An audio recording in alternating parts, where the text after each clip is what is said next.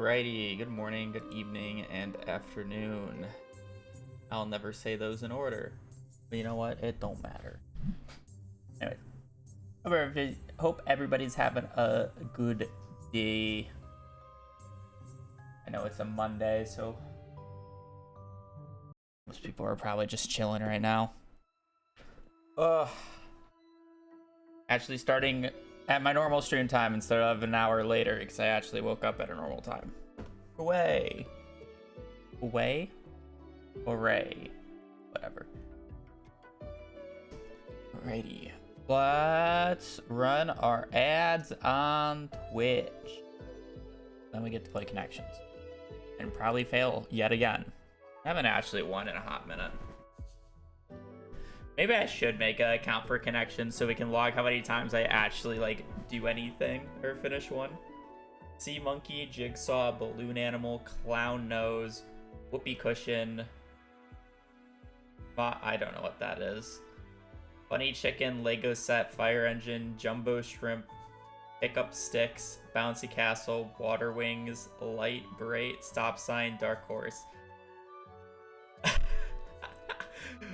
This is a crazy one. I feel like I won't be able to get this. This feels like a little bit of an older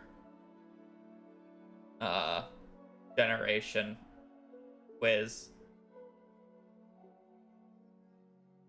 I'm gonna be quite honest.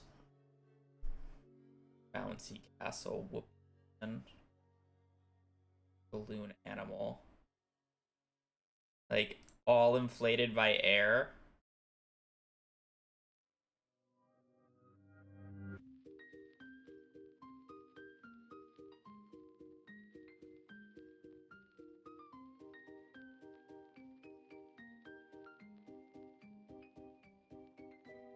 Sea monkey.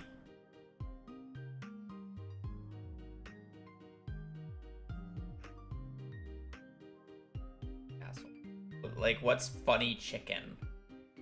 Or funky chicken? I like it. Like, what's a funky chicken? I don't even know how to say this first word. Pick up sticks. Like, I don't really know what an actual sea monkey is. I just when I think of sea monkey, I think of like pirates just calling each other fucking sea monkeys. I don't know what water wings are. I don't know what light bright is. Like, is pick up sticks slang for something? Like, I hear pick up sticks and I just think of either like the rhyme, I guess. Sticks and stones may break her bones, but words. Whatever the rest of that is. Words will never hurt me. I feel like that's wrong. Or like actually just the action of picking up sticks. You got jigsaw puzzle and Lego set. Maybe pick up sticks is on here.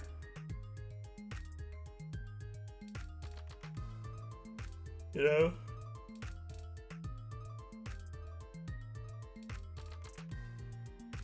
No. Time to start looking things up because this week will not end if I don't. Sea monkey. Monkey is the market term for a brine shrimp sold as novelty pet or aquarium pets.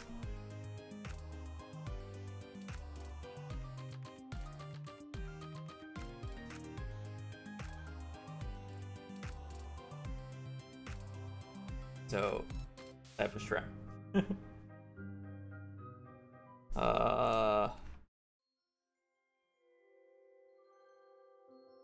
AS. It's a food. It's a type of cherry. The cherry is a preserved sweetened cherry, often brightly colored, used as a garnish for cocktails. Oh, it's one of those. Okay. I didn't know that was the name of it. Funky chicken. They refer to a popular 1960s dance move that Rufus Thomas song is named after. or a fast-paced party card game?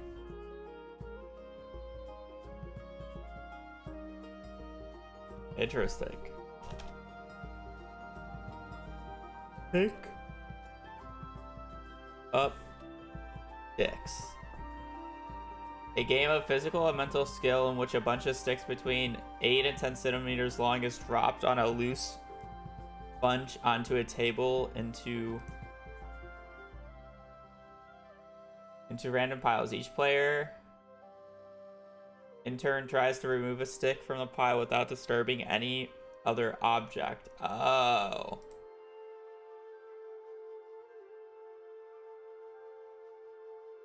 Water Wings. Water Wings Swim School. Oh, it's a floaty. Oh, these are wait. Are these the good ones? Okay, it's showing me multiple pictures. I used to work at a pool, okay? And we did not allow you. Okay, so you children could have like life vests, obviously, but they had to be a life vest with something that goes on the front. It can't just be the armband things, because those things actually still cause drownings because they don't actually keep the child's head above water. Like you need the flotation device that goes across the chest, so when the child starts drowning, their chest goes up, which means their head also goes up, compared to just the arms where, woo, down we go. And they will slowly slide off. I assume this last one then is like another puzzle. Then, yeah, it's a game, a toy. Light Bright. Oh, these! This is what this is. I remember having one of these. They weren't really a puzzle game, though.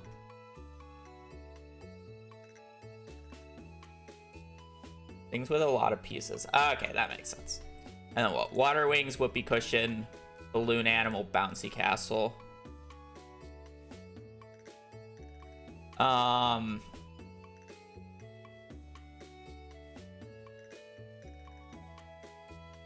The monkey is a type of shrimp, but the rest of these are not really shrimps. Are we just doing like, oh, just like super red stuff? Fire engine, clown noise, stop sign, cherry. I don't know what this is. Ending with animal. Okay. I mean, I got it perfect, but I literally had to Google half the things. Otherwise, I'd just never get it. So take that as you will. But I mean, when I don't know what a light bright actually. Well, I mean, I do know now, but I just wasn't saying it well. I didn't know what pickup sticks was. I didn't know what water wings was referring to. Like I've never heard them called water wings before. I could have gotten the red one. I should have gotten the red one easier. And then I'm just not thinking ending with animals. So. Not really a thought process list. So. It is what it is. It's how I play the game. It's one of those things. I won't. I want to bring it up because we were talking about it yesterday. But I really should stop talking about GamerGar and that stuff. There's just no reason to. I've already said my piece. But that side, it's just like, it's how I play the game. Is it cheating? Well, maybe to some people, but not to others. It is what it is. It's how I play it. If I don't know what a word is, I generally Google it, because how the hell am I supposed to figure out what it is without knowing what it is? It's also interesting Googling it, and it gives me like a really specific answer, and then it's just like, huh, I did not know that. You know? I actually find it more interesting that way, because then I actually learn what the item is. I need my timer. Hello. We're actually streaming at a normal time. When's daylight savings, by the way? V was mentioning them yesterday. I live in Arizona, so we don't actually get daylight savings.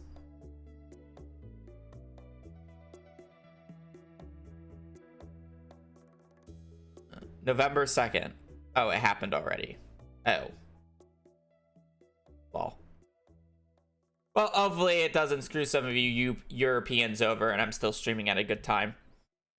This is my normal start time, by the way. Maybe a little. Well, yeah, it's my normal start time. I started a little early. I try to start by I try to start by like 10:15 at the latest. If I ever start after 10:15, it's either I did not wake up or I'm really distracted by something in the morning.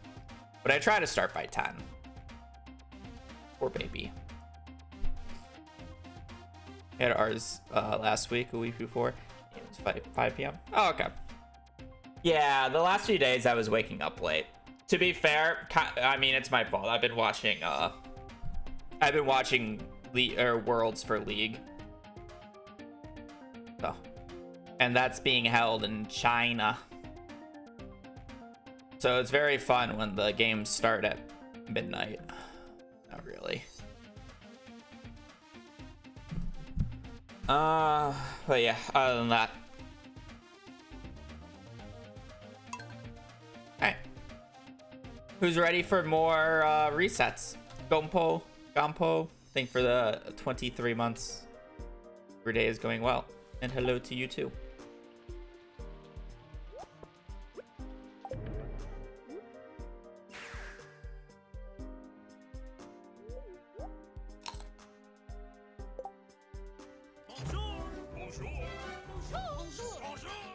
Oh, Gomp Pie.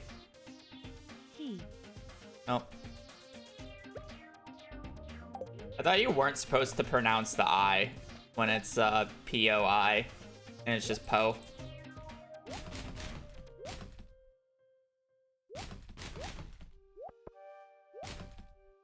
Yeah, I remember how I was organizing my inventory yesterday.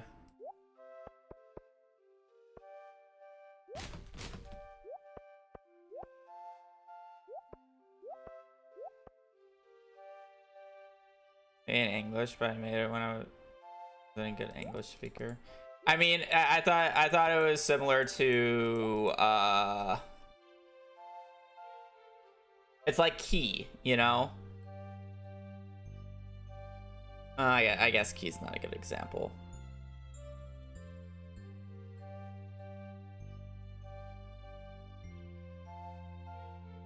I don't know. I'm stupid, so.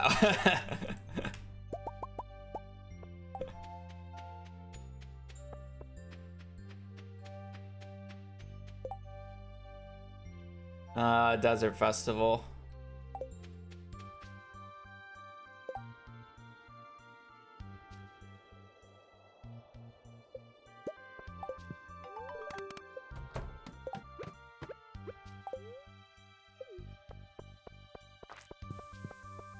I did not mean to place 2 of those. Well, the second one was actually needed, which is kind of the funny part.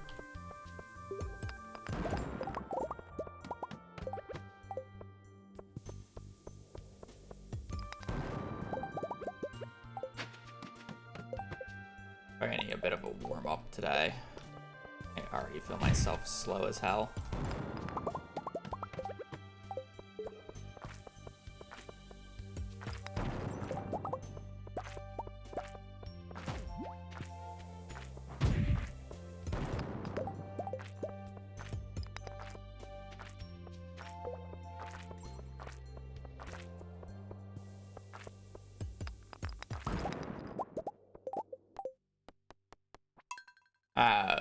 I probably should have continued playing that, even with the shit ladders, just for a warm-up, but those ladders are awful.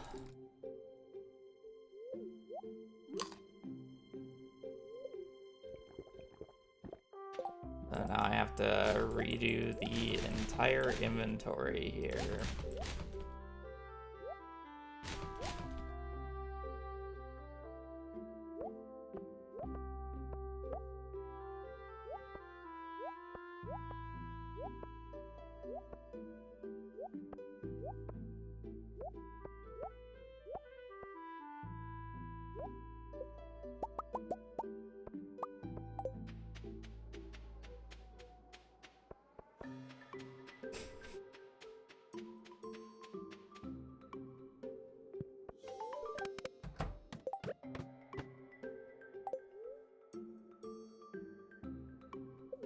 floor's just garbage.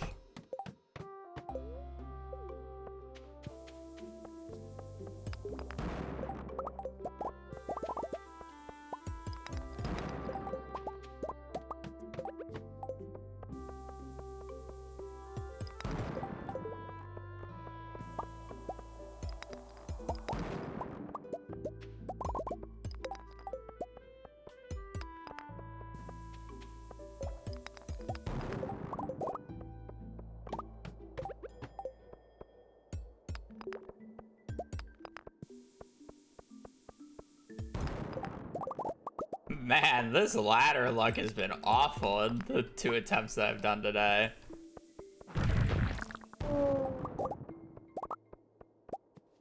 Okay, I mean, there was a ladder at the bottom of the floor, and I probably should have assumed so after, like, the 3rd bomb, but...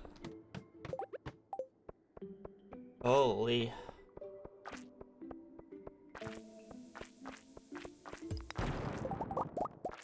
I mean, point still stands.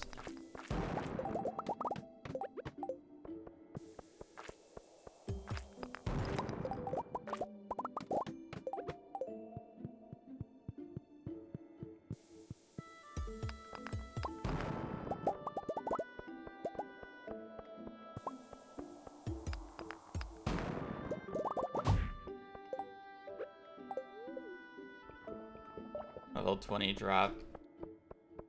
What are the goals for the day? Level 10 level 10 mining, 750 iridium ore, 3 rain totems. Yeah, that's it. 3 rain totems is the biggest issue. Oh, and 4 prismatic shards at least.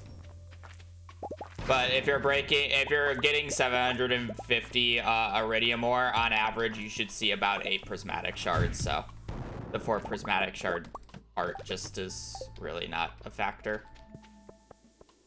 or should not be a factor if you get average RNG. But those are the goals.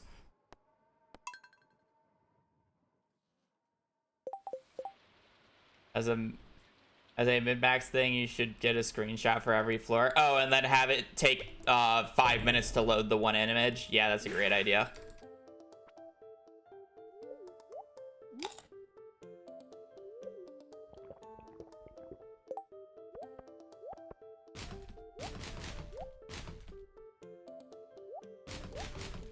Make me go at an even slower pace than I already am.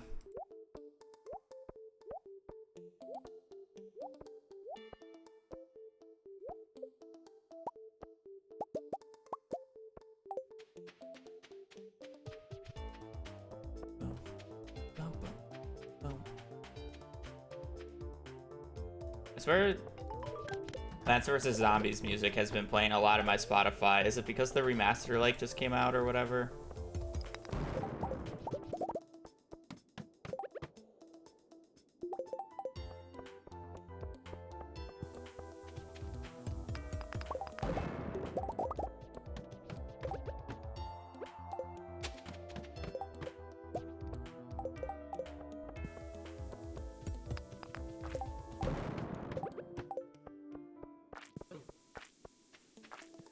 Remastered, yeah.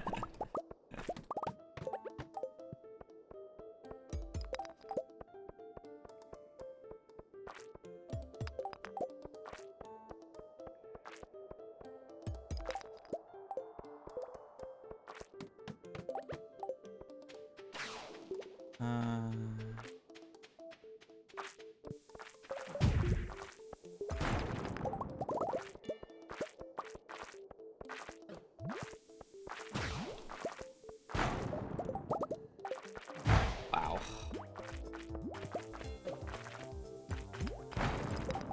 Oh, at least it's droppy.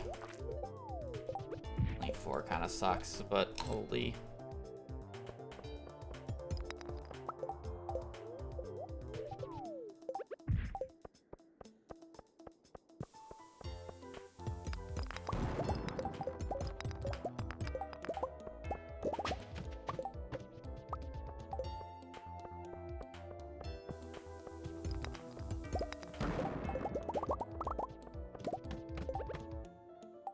The luck is a pretty meh pyramid.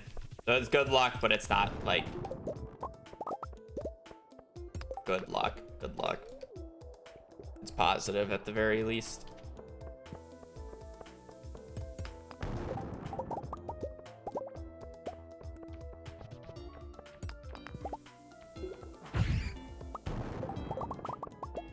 This is horrendous about the fact, like these floors today have been absolutely terrible. Of course, so over the course of like the 3 resets I've done. Like yesterday was like totally fine. It wasn't like insane, but it wasn't this awful. Like this is horrendous.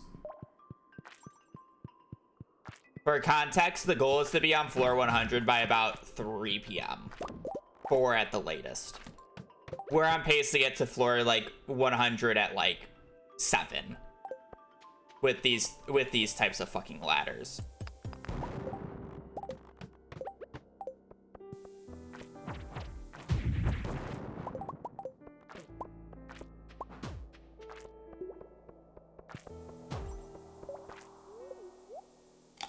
Yeah, this is completely unmodded. I don't play this game, especially when I'm doing challenge runs like this with mods, because of the easy ability for somebody to just say, oh, the run's cheated because you're using a mod, even if the mod doesn't make a difference. I specifically play the game or vanilla for a reason. This game's, yeah, this run is completely unmodded.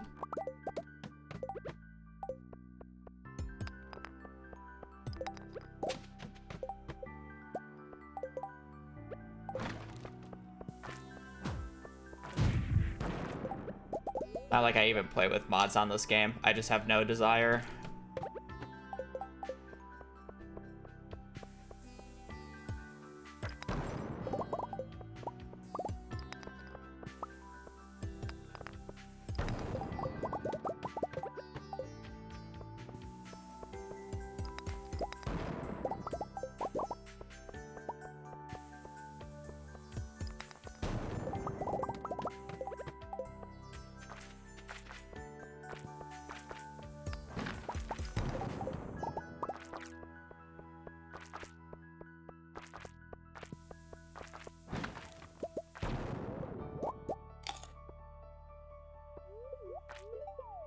Getting good drop shafts at the very least.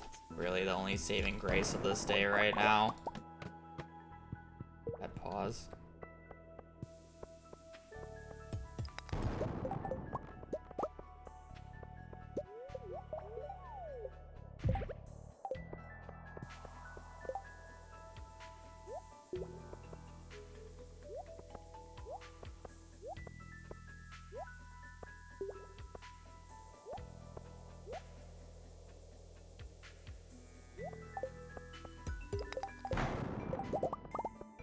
How is there not a ladder from that?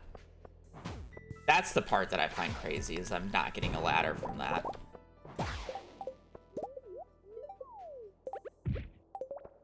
That first bomb. I should have bombed the start here.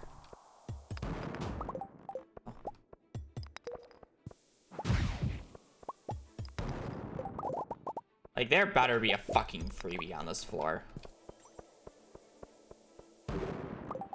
There better be a freebie.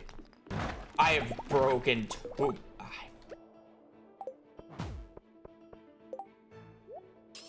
This is even worse now. I hate this.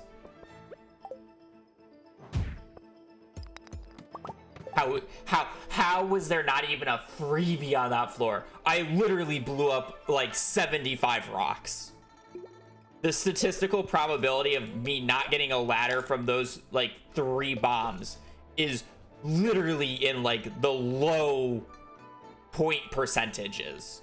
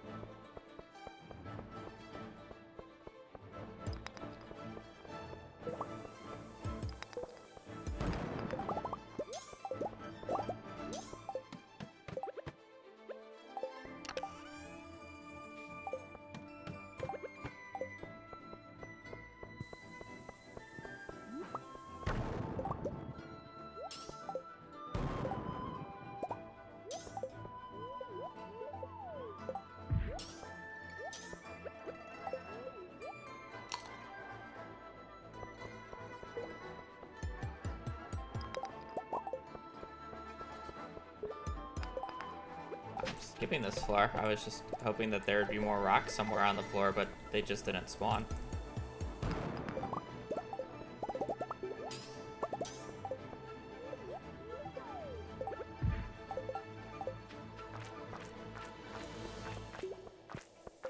I just wanted to place the bomb one tile up, but it just was not gonna let me because the slime was not doing damage to me. So I can't just phase through it.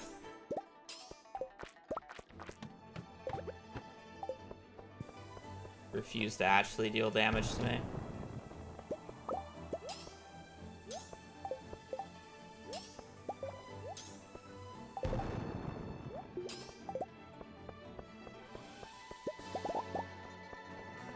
Using too many ladders because these floors are just complete and utter dog shit.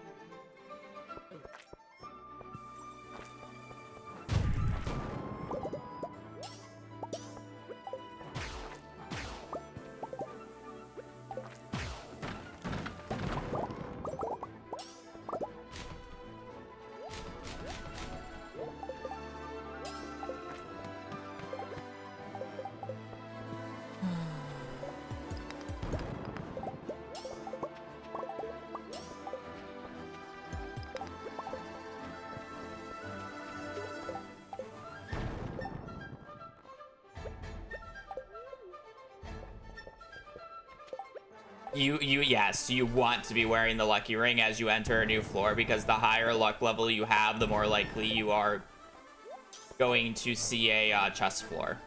So having the lucky ring equipped boosts my odds from like a 2.3% chance of a chest floor every floor to a 3.3.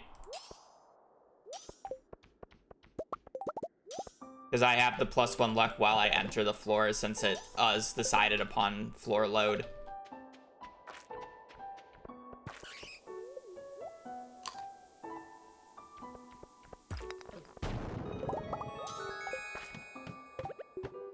The reason I keep switching to the magnet ring, though, is because, you know, I don't want to run as far, so I have to use the magnet ring to pick everything up.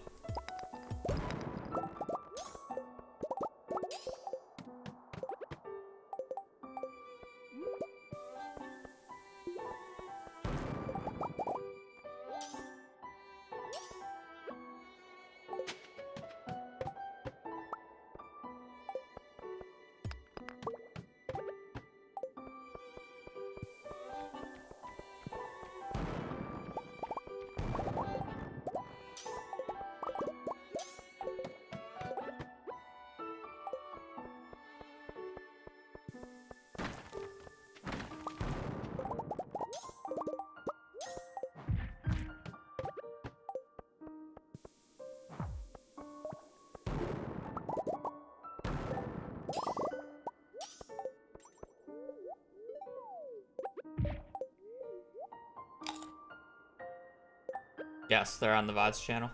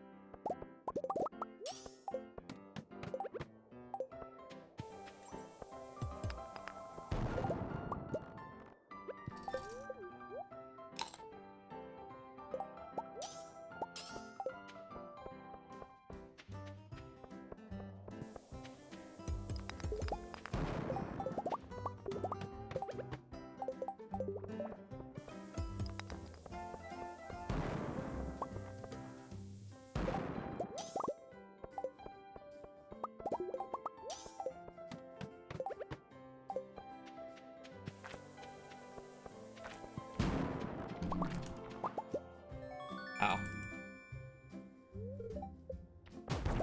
Love how that just ate my club attack.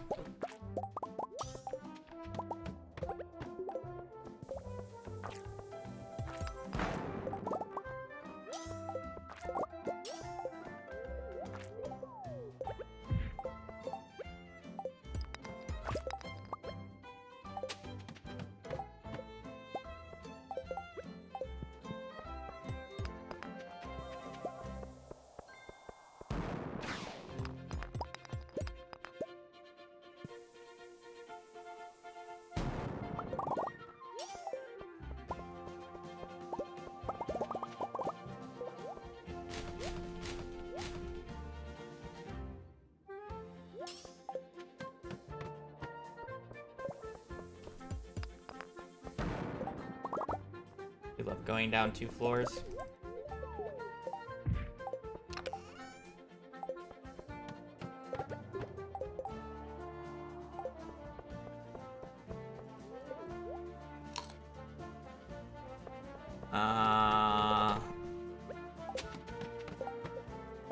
I don't know. We'll have to see what 1.7 does first off, and then second off, if anybody else actually takes interest in trying to beat it. That's more of the difference, is whether or not somebody else takes interest in wanting to beat it.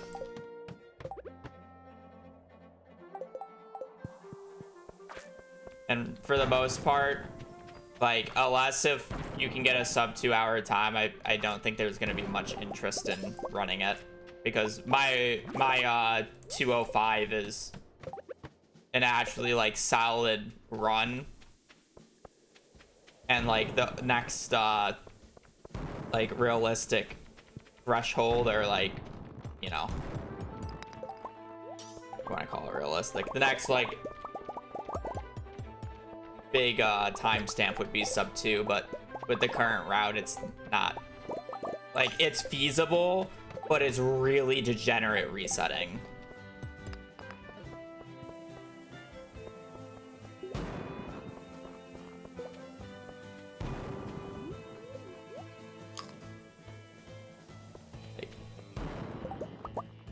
During the time frame that I was running CC again, like, I would have to reset for a sub 20-minute mines time to come close to sub 2. And then not only that, I would have to have the rest of the run actually go well.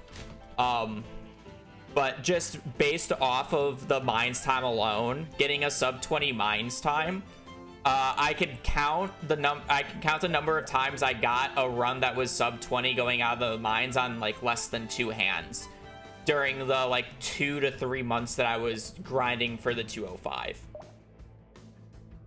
So in 2 months of grinding, I got less than 10 attempts that could be on sub 2 pace going out of the mines, because you're not going to sub 2 without a sub 20-minute mines realistically. And then not to mention the rest of the run actually has to go well, so.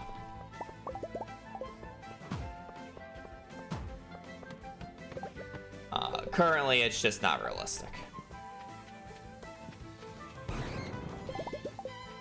That's why I said at least wait until 1.7, because maybe 1.7 adds something. Don't know. And then you also have to have somebody willing to do a run. Another big part.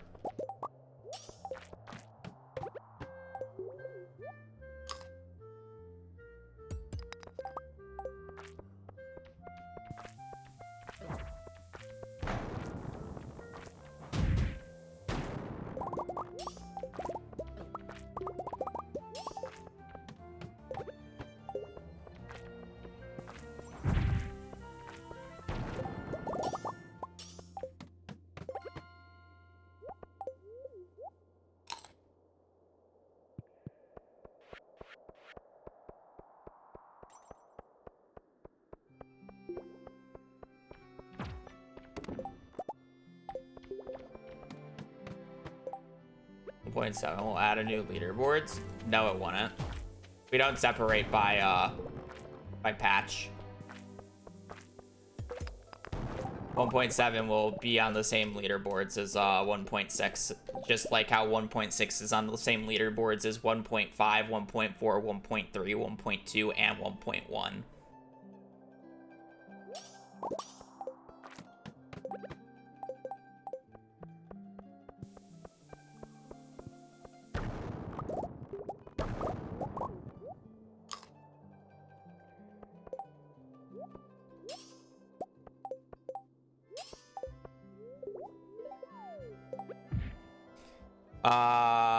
I probably wouldn't be happy if 1.7 was 20 to 30 minutes faster, because that means they fucked up the balancing really bad somehow.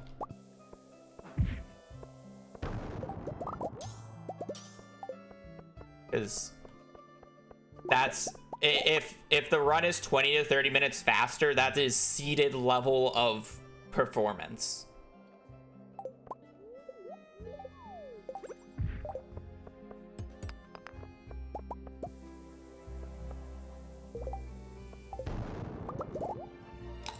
It just means they fucked something up really bad.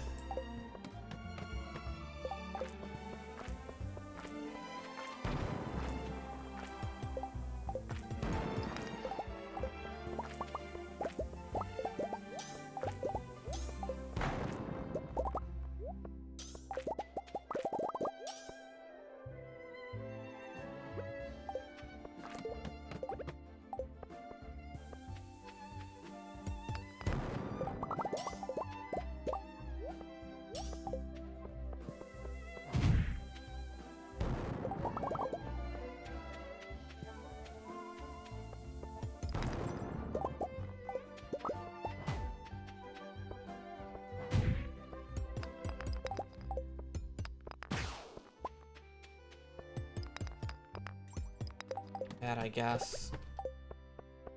Now, for having this ring on, I'm not really getting many more chest floors. I've only seen 3 today, and one of them's guaranteed.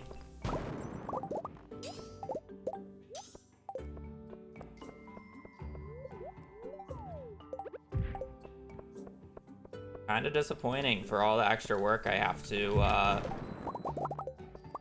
put in to actually use this ring effectively. Was 1.6 any faster for CC runs? Yes.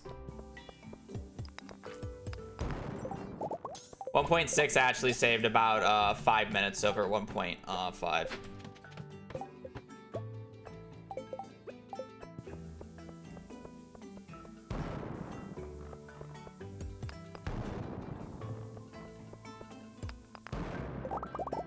It just took a while because we had to figure out the pufferfish. And also on the 1.6 is slower if you play it on the very first patch of 1.6. 1.6 doesn't become faster until you play it past 1.6.9 because of the being able to sleep in coops. Being able to sleep in a coop so you don't have to run out every day literally saves like 2 minutes. It's stupidly quick. Not having to walk outside every single day. And then we found some other optimizations that you could do. Which, to be fair, some of the optimizations can be made to 1.5, so 1.5 can theoretically be faster than what it was left at, but 1.6 being able to sleep in the coop is just too overpowered. It's like stupidly quick. Did Ape add that? Well, I mean, Ape just made it so you can sleep in any built building on your farm now, which is just a fun, unique change. That's cool. So you can sleep in the greenhouse, you can sleep in a barn, you can sleep in a shed. You know? It's actually just a fun change that does nothing to, like, gameplay for the most part. But we can abuse that, and I abuse the hell out of it in CC runs and perfection speedruns.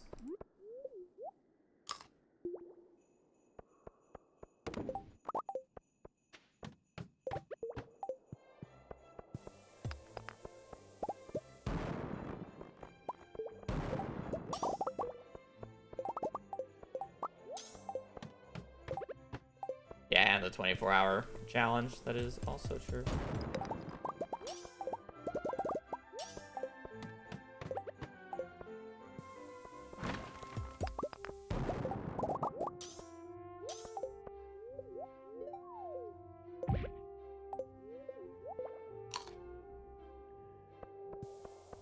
Sleep in the shipping bin next.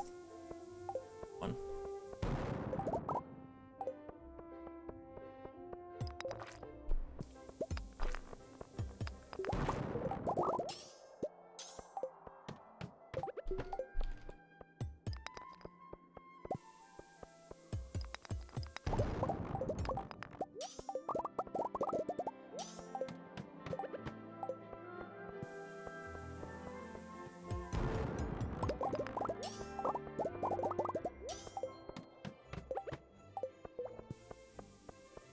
Unfortunately, we never got a god patch, though. So when I say a god patch, I'm referring to, on earlier versions of 1.6, there is a bug or a, not, like, I'm gonna call it a bug, but it's just like CA made an oopsies, or whoever did the code made an oopsies and put the variable in the wrong spot. But you used to specifically be able to buy stuff from Willie's earlier than you were supposed to. So normally you actually have to have the fishing level to buy the fiberglass fishing rod at fishing level 2. But on earlier patches of 1.6, if you had the pseudo level 2, so it's like if you were level 1 and you ate a trout soup to get pseudo level 2, you could also buy a fishing rod. Which, like, is extremely strong, obviously, because then you can start the day with a fiberglass fishing rod. But there's not a patch that has that and being able to sleep in a coop. And sleeping in the coop is a much bigger time save than starting with the fiberglass fishing rod. Yeah, that was patched out on PC. Apparently, it still works on console. From what people have told me. Apparently that still works on console, but it's been patched out on PC.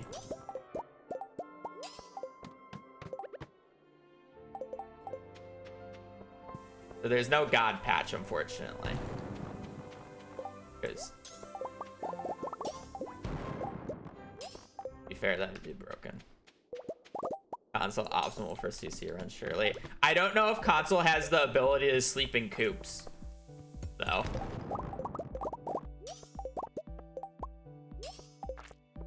Console is like a patch or two behind PC still, which is kind of funny. They just like stopped patching the game because they announced 1.7 and then just completely forgot that the versions are not synced and that there's actually still a lot of bugs.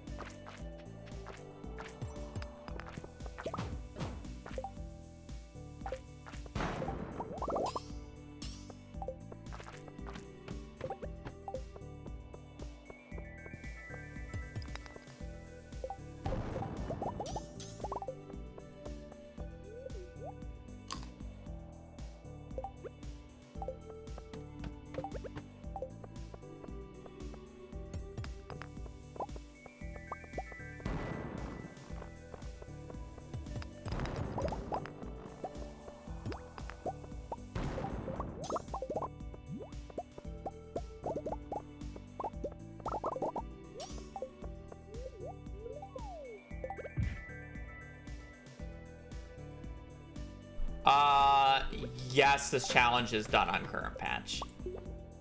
Current patch. Technically, I'm one patch before current patch, but that's just because there's a game-breaking bug on current patch, so I basically refuse to play on current patch. And this bug has been in the game for almost a full year now, and they just have not patched it.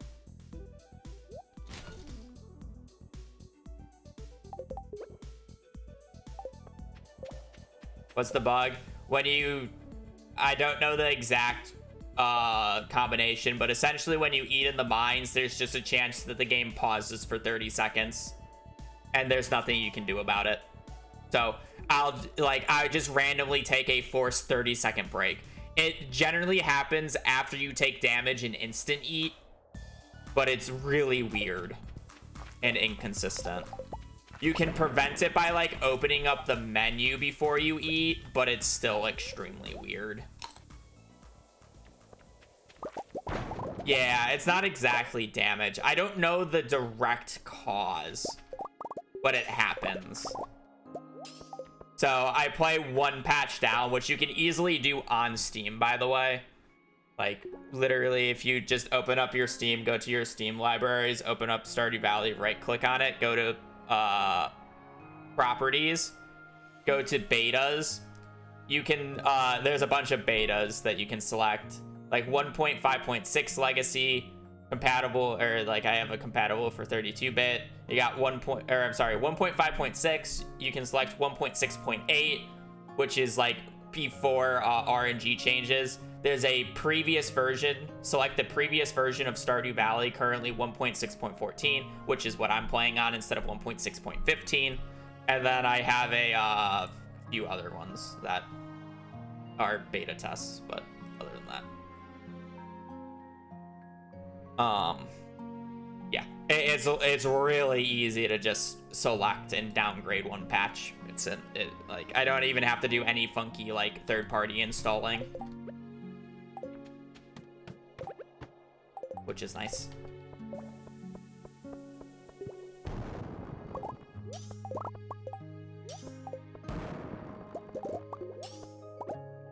And sleep in a coop. That's very interesting that you have the best of both worlds. Console has God patch. That said, theoretically, there's no time save with the fiberglass fishing rod in speedruns. In the most optimal situation, there's no reason to ever buy the fiberglass fishing rod because it boils down to just catch the fish anyways, forehead, in the amount of time allotted. You know? So, like, how fishing rings work, it's like, oh, but you get fishing rings faster. Yes, on average. But how fishing rings work is, it's a range. At fishing level 0, you can get a ring anywhere between 0.5 seconds and 22 seconds. So the average is like 11-ish seconds you have to wait. Bait, like, halves that or whatever. But theoretically, in the most perfect optimal situation, if you cast your bamboo fishing rod, you can get 0.5 second rings every single time.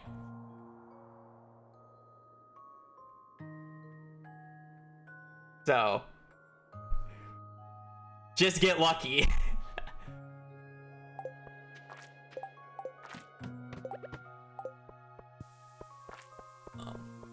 But obviously, you get the fiberglass fishing rod because of consistency, and you're never gonna get lucky enough for it to happen.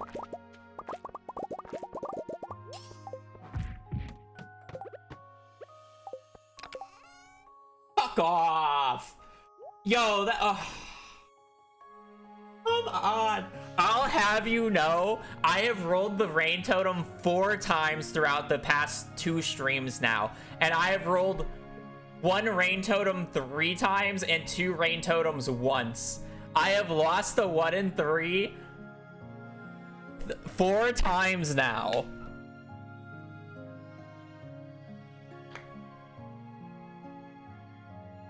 Doritos skip floor to 100. I know. Fuck.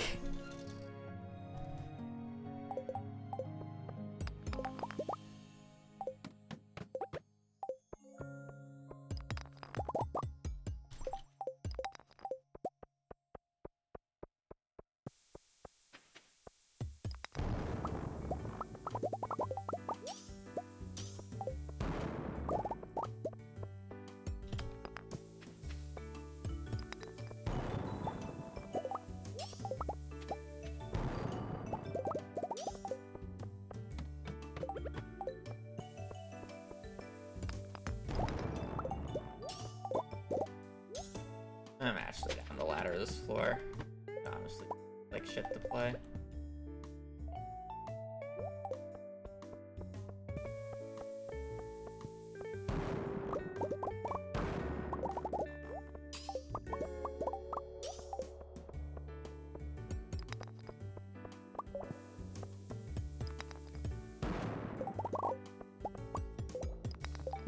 Possible to get.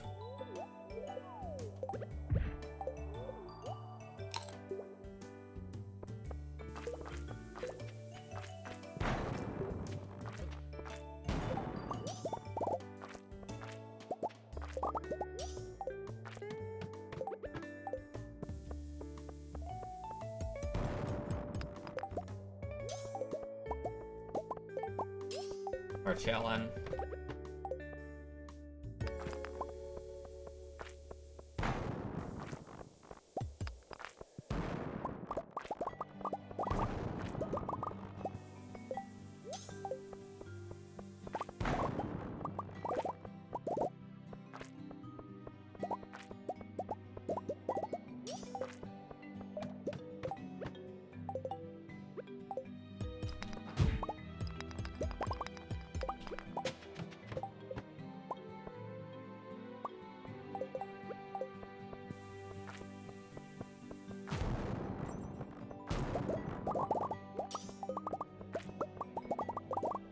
Resource over there, but I just.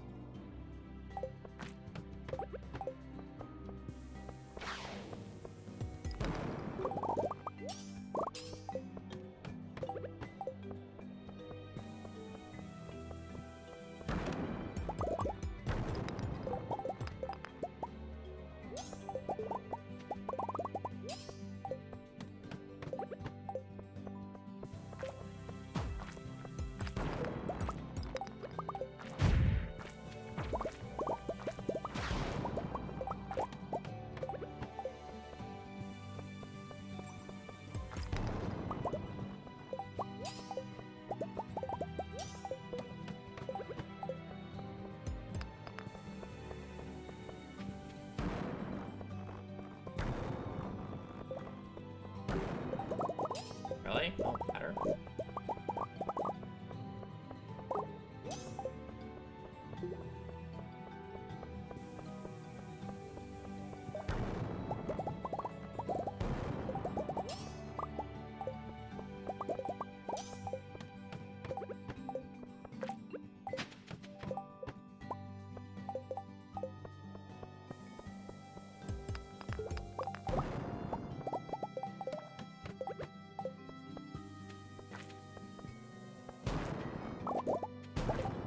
Actually, look at my HP.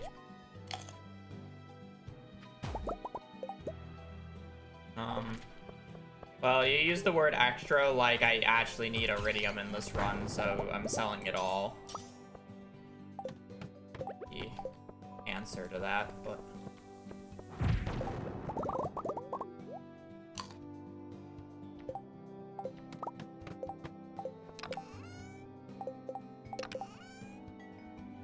Wow, if this was the greenhouse run, I'd have the entire situation ready for the greenhouse, but that's not enough sprinklers for what I'm doing.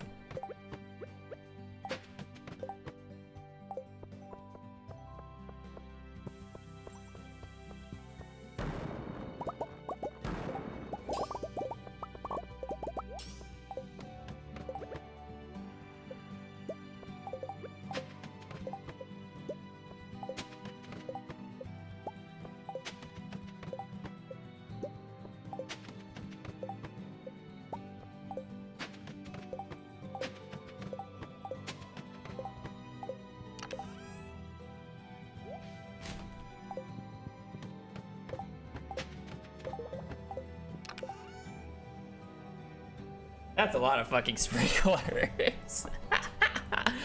I got 3 sets of quality. That's crazy.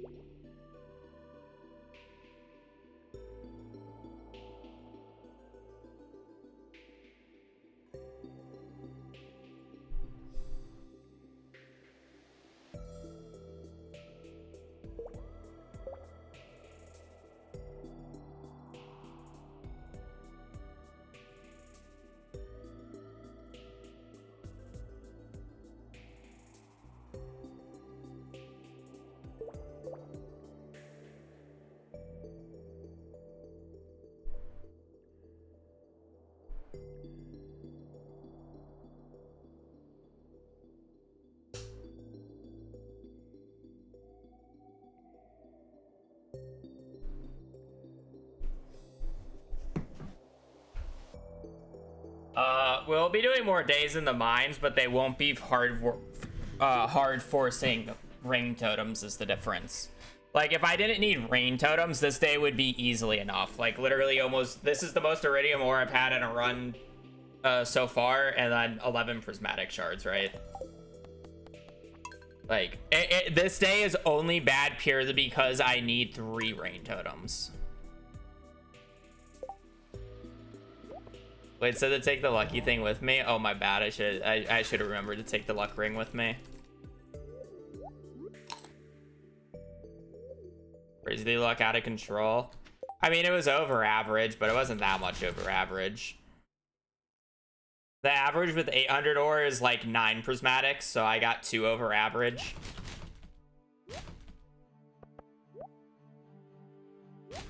Which isn't like, it's a lot, but it isn't crazy.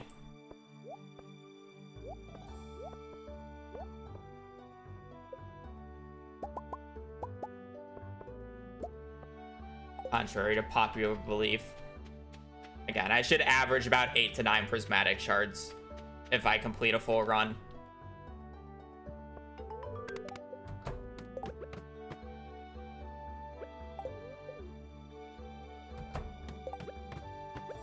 Oh, don't worry. My first run actually had absolute shit prismatic or prizzies. I struggled to get 4 by the end of the day.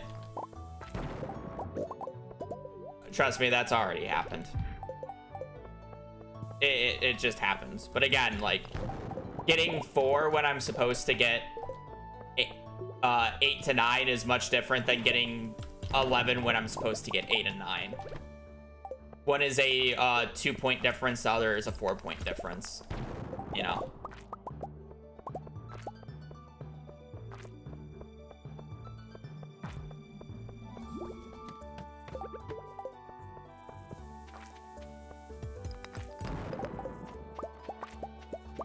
At least I don't have to be constantly switching rings anymore, but now my muscle memory is kind of shot because I'm used to switching rings.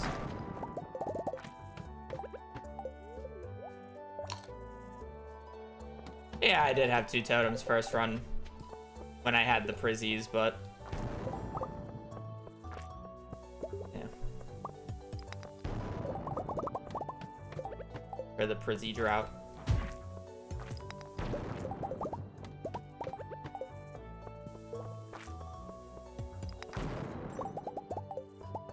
Easy.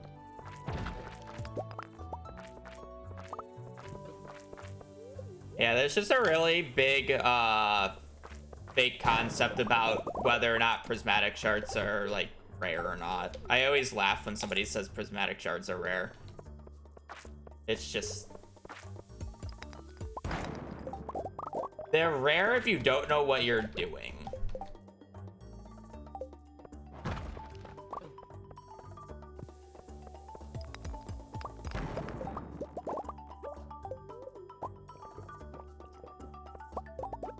Yeah, I'm pretty sure it's a flat rate, so it's a 33. So I've rolled 2 1-1-1 now. So I have lost 4 33% chances now.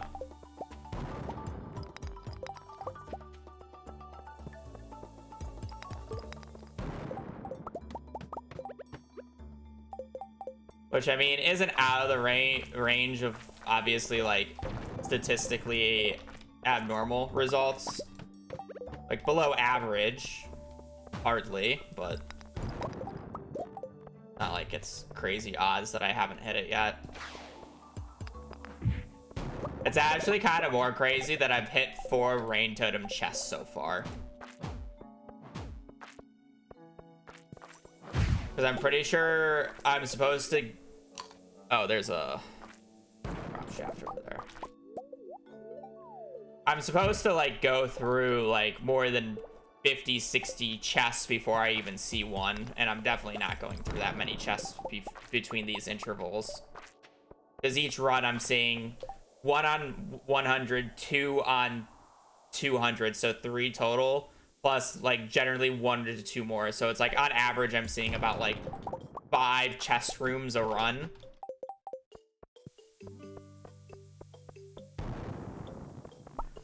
So it's actually crazier about the fact of the amount of rain totems I've actually seen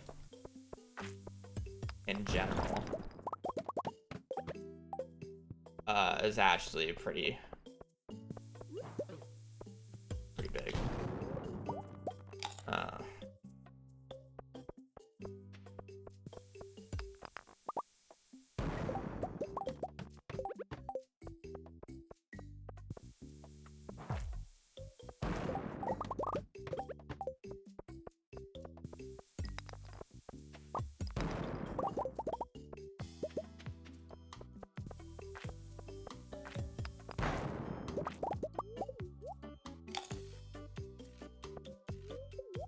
Yeah, if I don't shaft over 200, obviously, which I've done.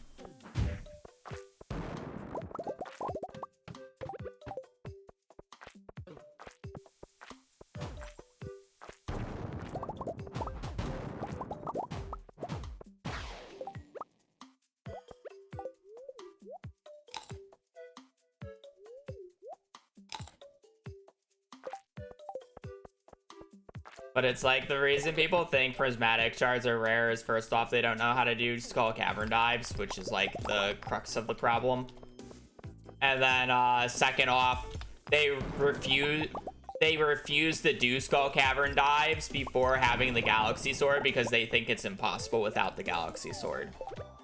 And the best way to get prismatic shards is in skull caverns and going for iridium because it's a 3.5% chance every single time you break a iridium node for it to have a prismatic shard in it. Right?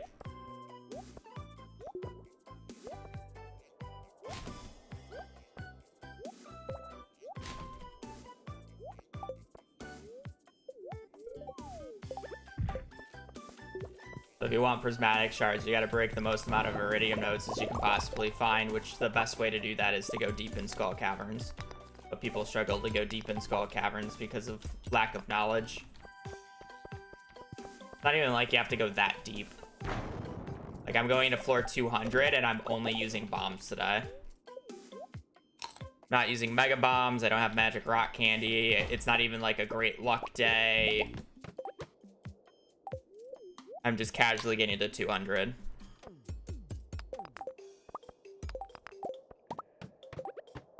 No.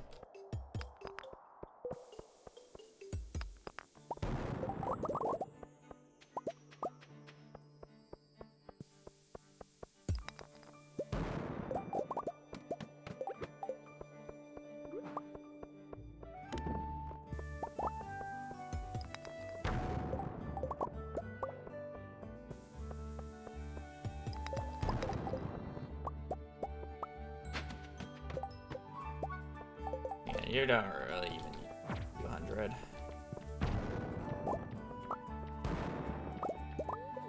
Come on, you know what you're doing.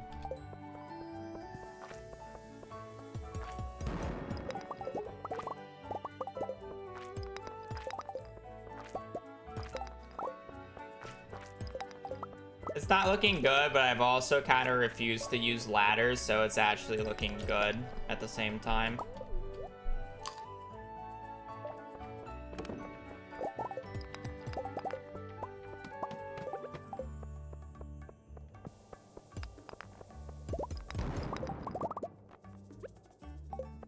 I'll suck it up here and actually use a ladder, though.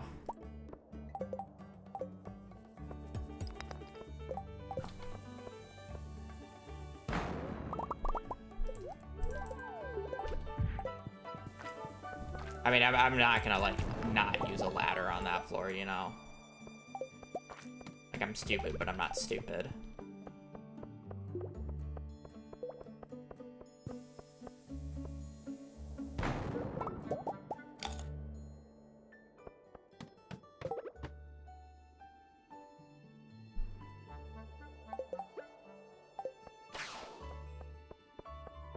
I mean, I'm good at the game, so I would go into Skull Caverns with a rusty sword and would, like, if realistically, if I were to have to do this day with a rusty sword instead of the slammer, it would make zero difference on the outcome of the day.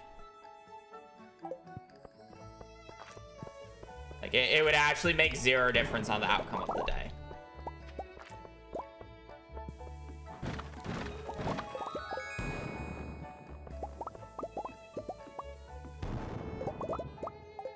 There might be a freebie on this floor already, and that's why I'm not getting one. The floor is just so big.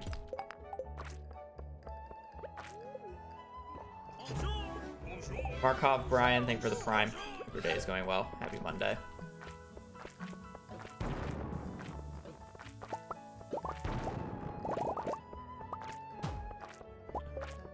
This floor is so big.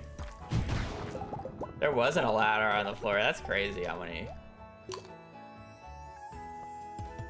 Yeah, like, do you really see me killing monsters? Like, it doesn't make a difference. I just use it as a fly swatter, essentially. You know? And that's more of my point.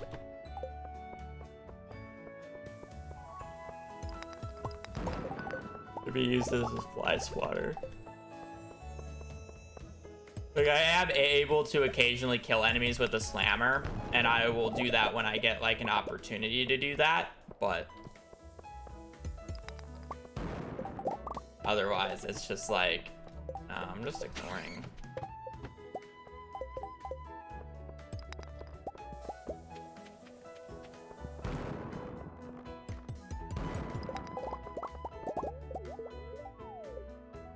Team floors there is quite nice.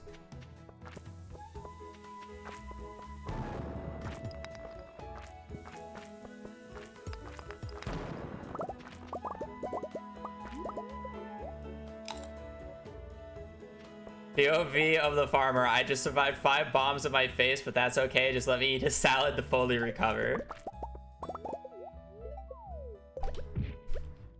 Mood. Not many geodes.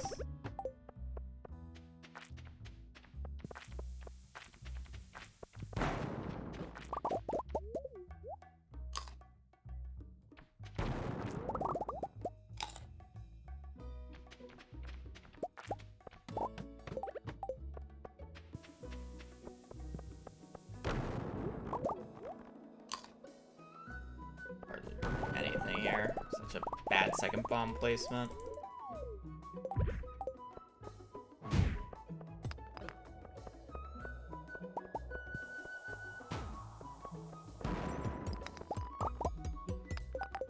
Placed a bomb at the start.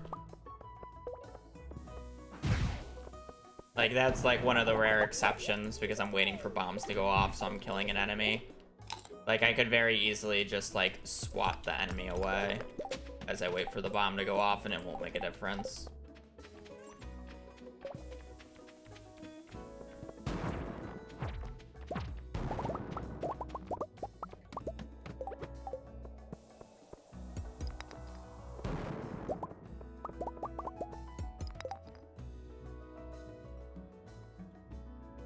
No.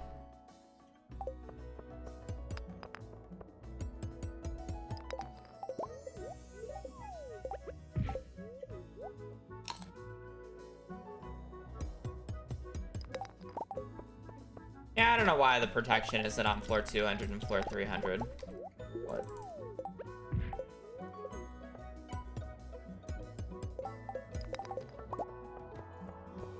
It is what it is. Gotta plan accordingly.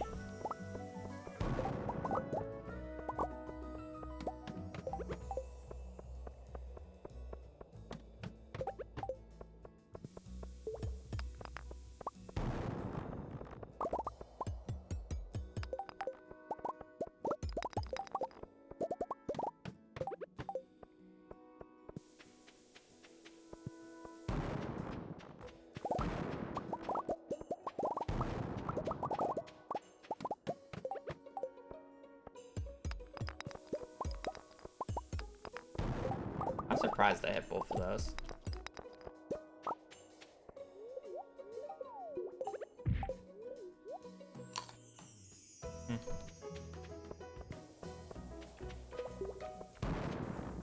I don't think I'm hitting that. That's a shitty second bomb.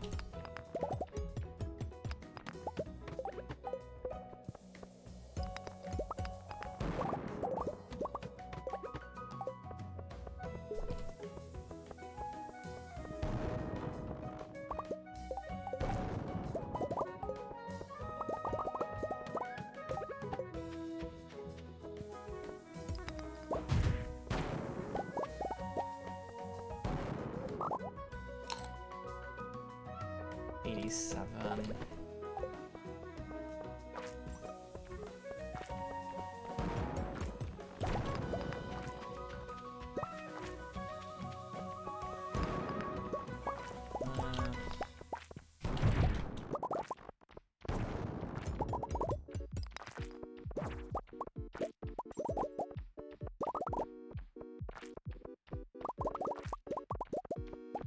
How long am I spending on this floor? I mean, I guess there's not that crazy.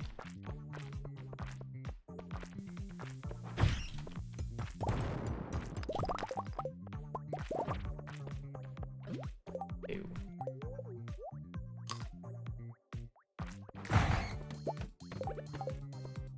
More damage there than I would like to admit.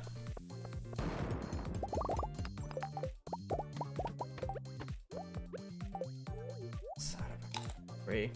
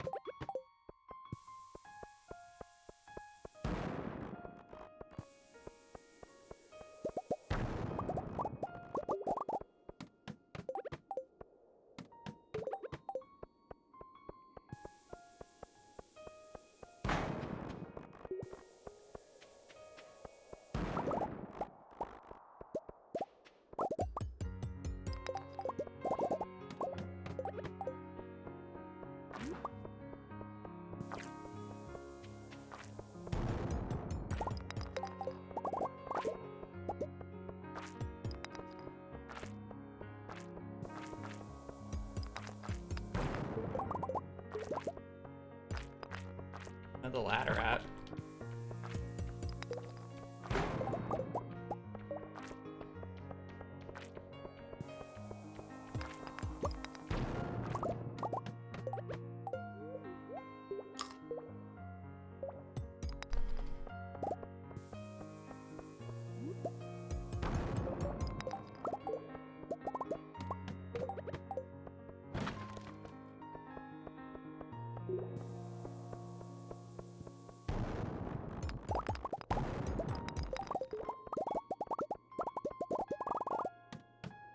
I mean, I hope I make this look easy. I have more time spent in Skull Caverns than a majority of players have playing the game.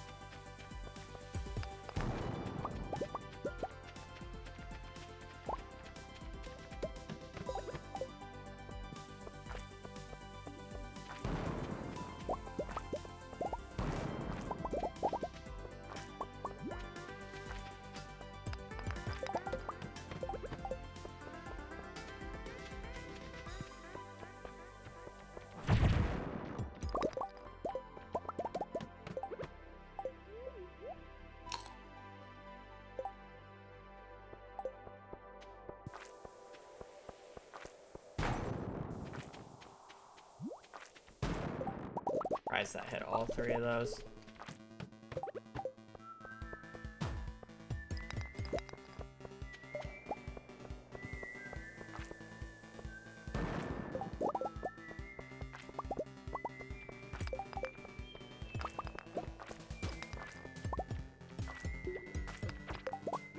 Now, if I could actually just animation cancel faster, I wouldn't have taken damage there. But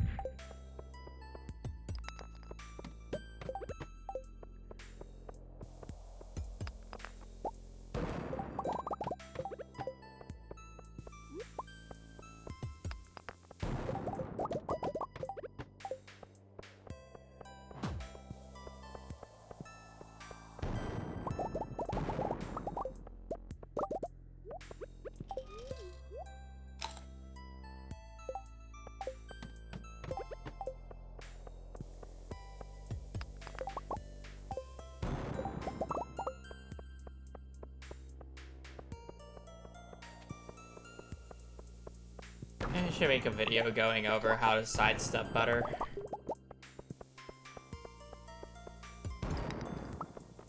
I feel like a lot of people just, I mean, I take unnecessary damage too because I'm stupid sometimes, but I feel like a lot of like unnecessary deaths that people occur are based off of the fact that they don't have an understanding of how enemy AI works in this game.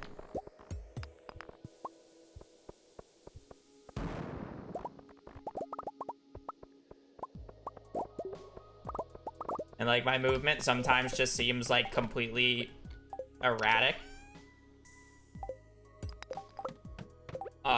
With like sometimes I'll just like walk to the left right before I'm about to pass.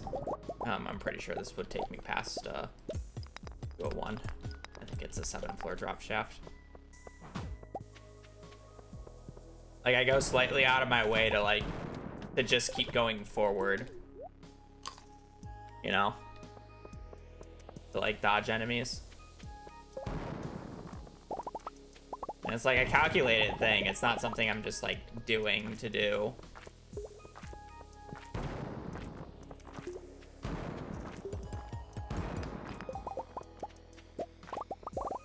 That kind of sucks for Iridium.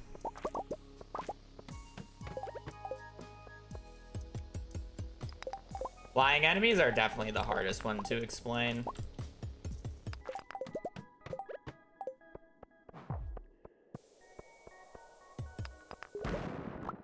There's a methodology behind them.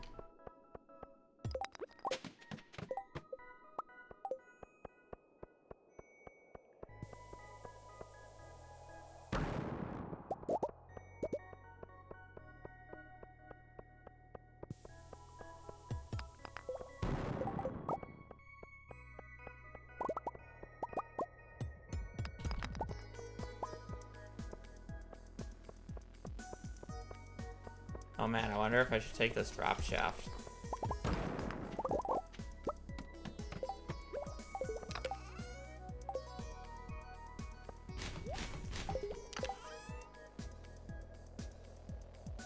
Like, how? How?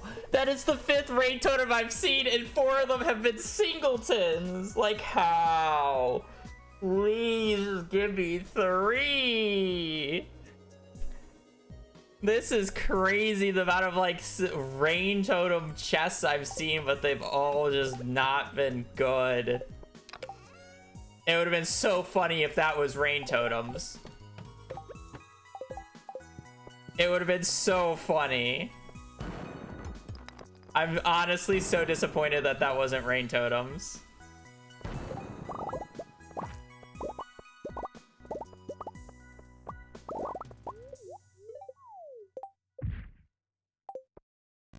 This day sucked for Iridium anyways, so it's not like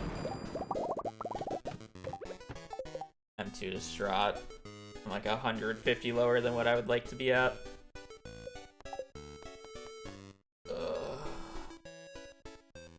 Single and ready to bingo. Yep, true.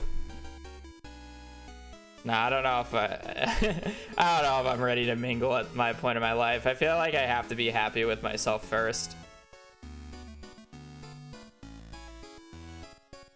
You know.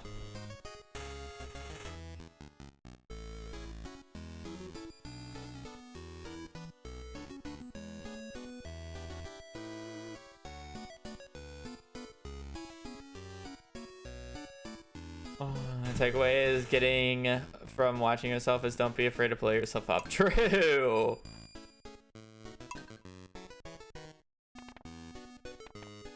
Oh, I'm not making a new file.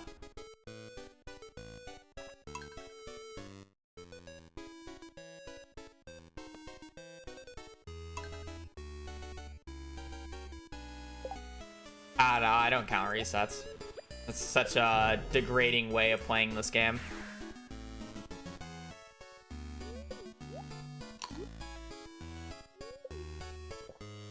Why would I care about how many failures I have?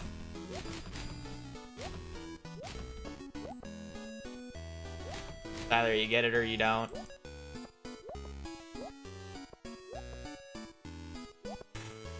And I've just yet to get it. That's fine.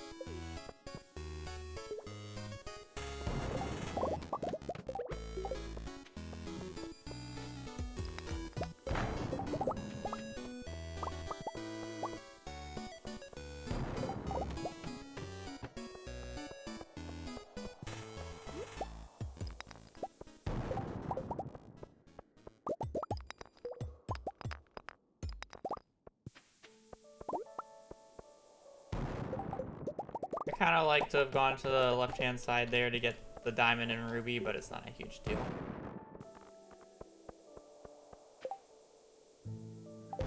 You can press the delete key when you're holding it.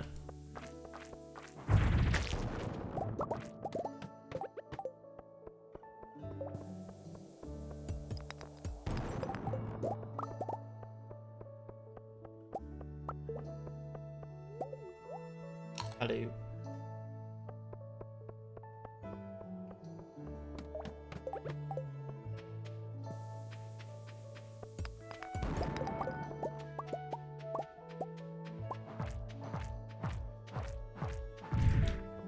That's a bad combo.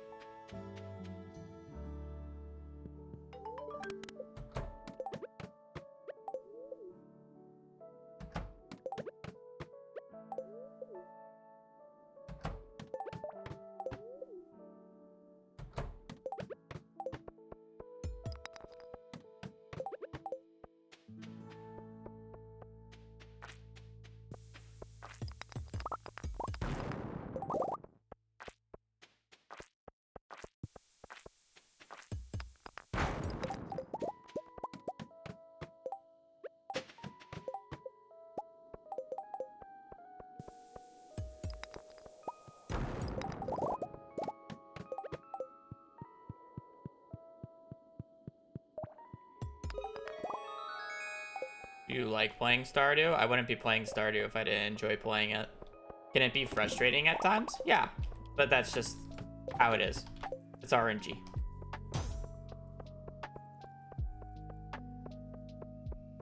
Some challenges are obviously more fun than others. Overall, I've been enjoying this challenge. It's actually a challenge. Obviously, like, this part of the run is a little bit of a slog because I'm literally resetting for a really low piece of RNG, but it is what it is. It's like, overall, I enjoy Stardew. I wouldn't play it if I didn't enjoy it.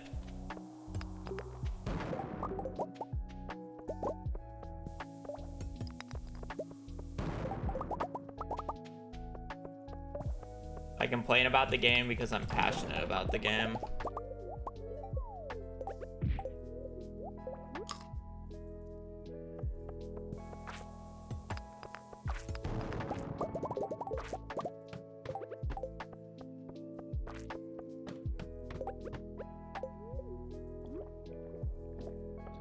E.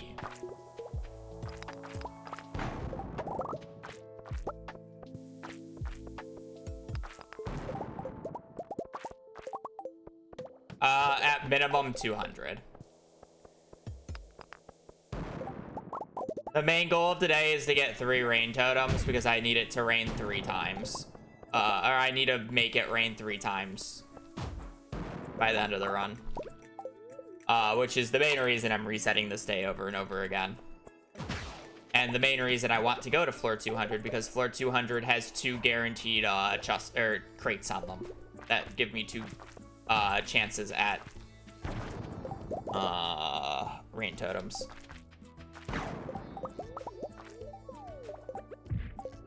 That said, the floor depth itself doesn't really matter past that point because I'm trying to also collect around 750 iridium ore as I go. And once you're past floor like 150, there's really not that much of a difference of pushing down more floors in terms of iridium density for the most part. Like, obviously it still slightly changes, but you're not gonna really notice an impactful difference. The reason why you want to continue pushing floors is because pushing floors is better than like going, like, if they're like, let's say I was on floor 100 or 150 right now and there was 1 iridium ore right here and I had a ladder right here, there's no reason to ever go for this iridium ore because it's better. I'm better off going to the next floor and hoping that there's closer iridium ore in the next floor than I am walking over here for this guaranteed one. So it becomes a lot of time management on what pieces of ore is worth it and what are not. Which is where a lot of people actually struggle with Skull Caverns and why they struggle with actually getting down to deep floors and getting a large amount of iridium ore. Because they see like 1 iridium ore on the, like, before floor 100 and go like, oh, I have to go all the way out of my way for this 1 piece of iridium ore. Yeah, no, just keep pushing floors because you'll see more. There's no reason to go all the way out of the way for it.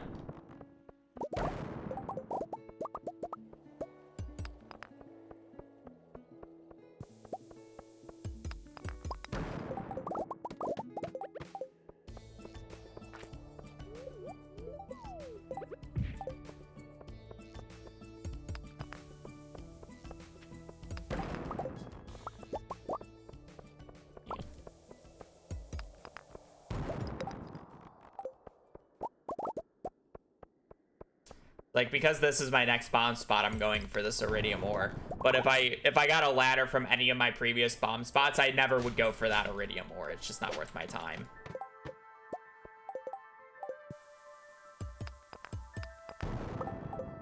You know. I was trying not to use 2 ladders back to back, but spiral floor kind of forces my hand, doesn't it not?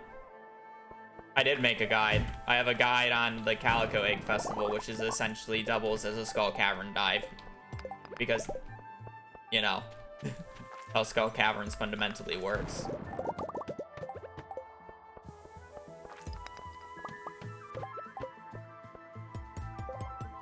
Like, this iridium ore is right next to me, so it's okay picking up, right? And it's like, I'm waiting for this bomb to go off so I can actually walk down here and pick this up. But it's like, something like this is too far. Like, I'll go for this if I don't get a ladder, you know, from my original bomb, but...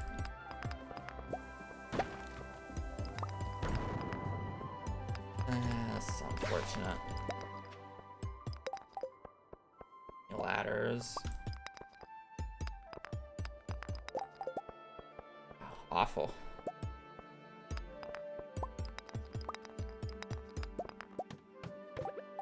That's awful. My fault.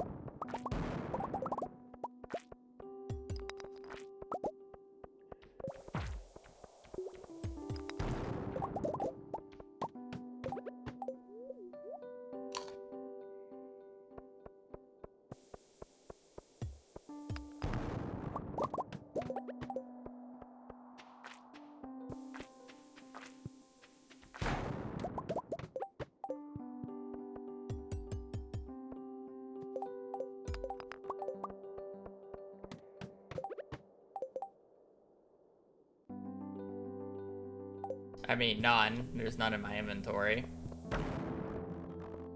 I found plenty of rain totems on previous attempts of this day. I've found 1 rain totem 4 times and 2 rain totems once now. I've not found a 3 rain totem chest yet, though.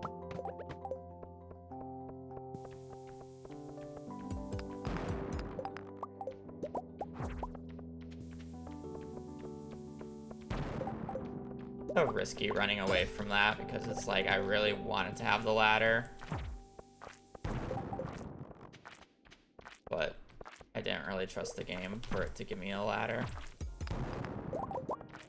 You know? Guy can die. Didn't die in a combo though. Surely he's like 1 HP.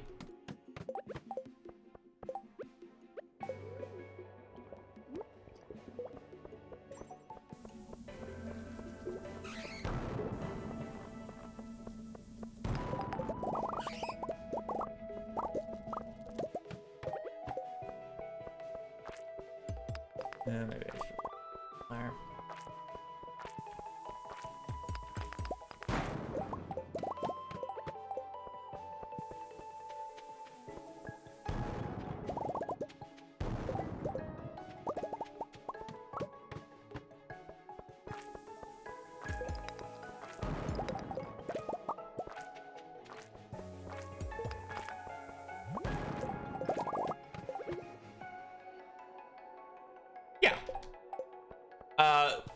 Yeah.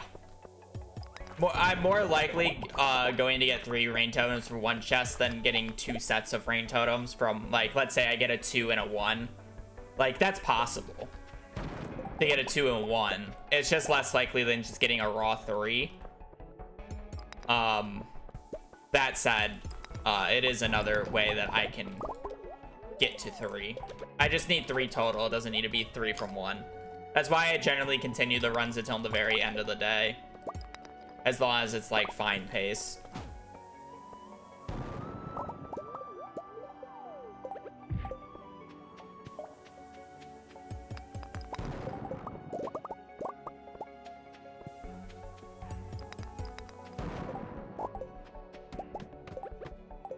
I just need them to add up to 3.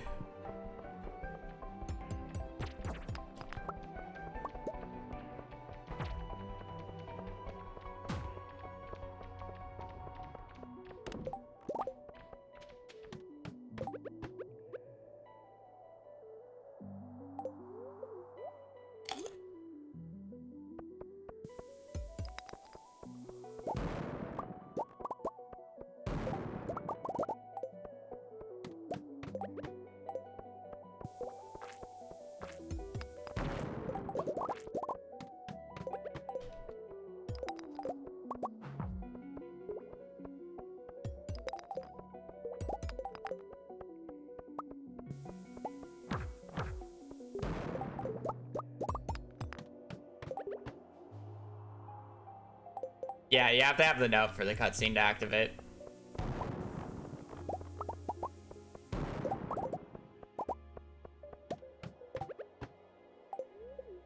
And yeah, it's spring 11th year 1, so I've had no way of getting the secret note because I haven't even been to winter.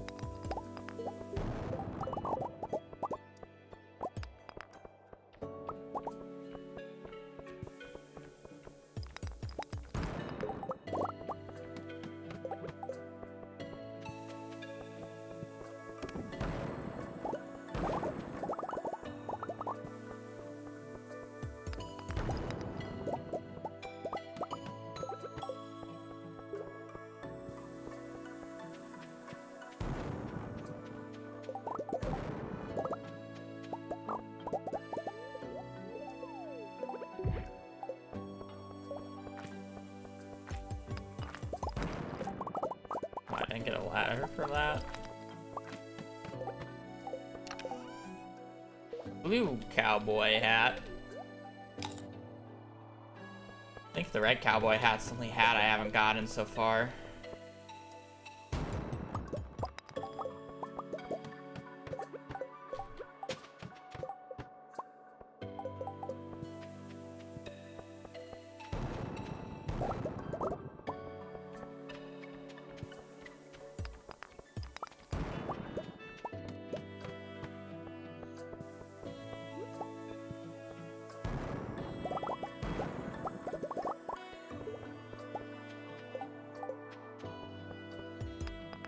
How many hats is that now? I've gotten the dark cowboy hat 3 times, blue cowboy hat once, and I think I've gotten the white turban twice.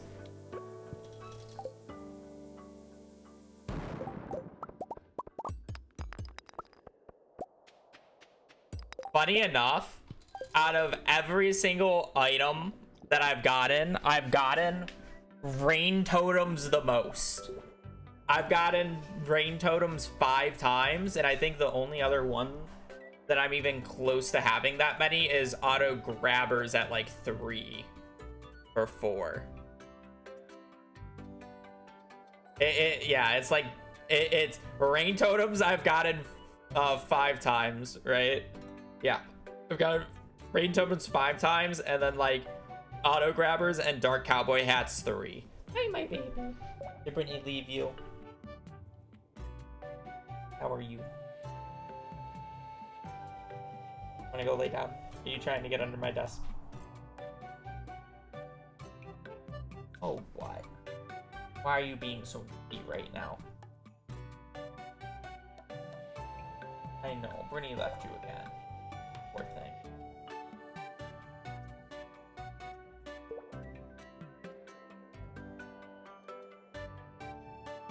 Are you gonna say hi? Are you gonna say hi? Cool.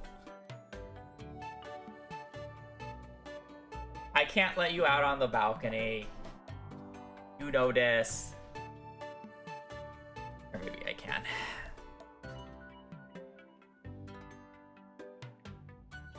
But he just has to remind me in like 20 minutes. I'm doing a speed run, so I hey.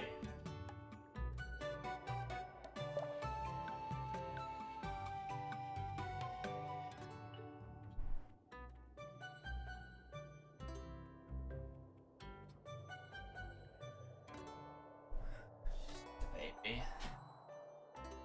She's giving me those baby eyes. I thought she was gonna hop up on my chair. She kind of did, but she just immediately jumped off. Ugh.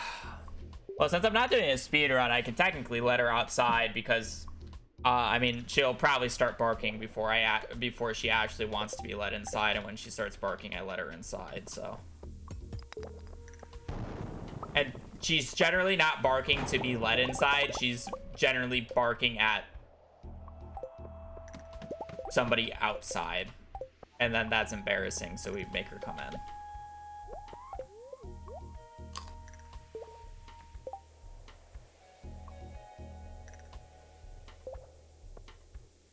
Theoretically, could you save the game before going in the 2000 or 200th floor? You don't want to when you get.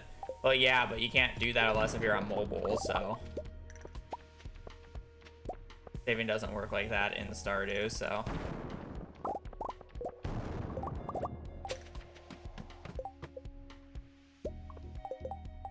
You can technically do that on mobile. Mobile has save states. Kind of fucked up, honestly.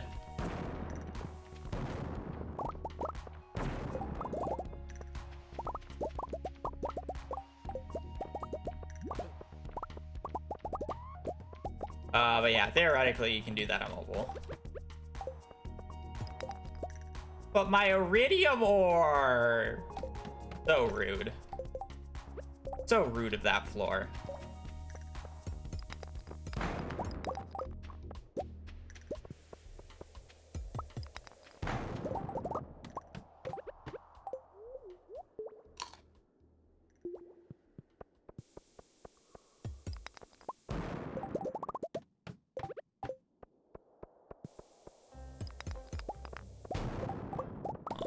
How would you save out of bed? As I just said, on mobile you can save anywhere. Mobile just has that feature because it's mobile. So you can just open and close it whenever you need. Like kind of the main appeal of Stardew Valley on mobile. Otherwise it's just a worse product.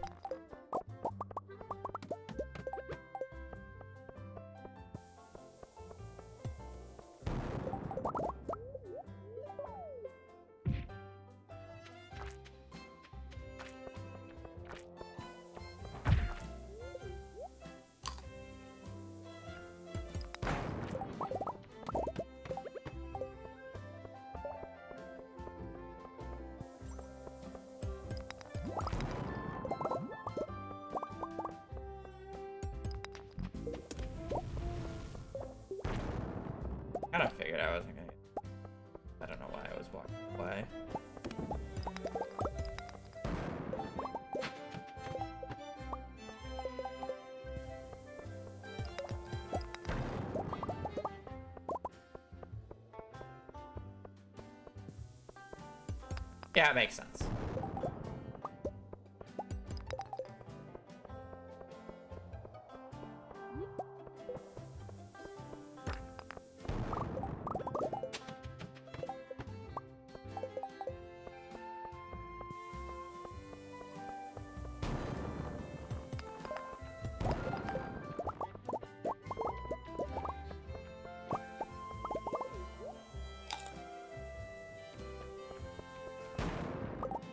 Wow, some of these floors are just awful.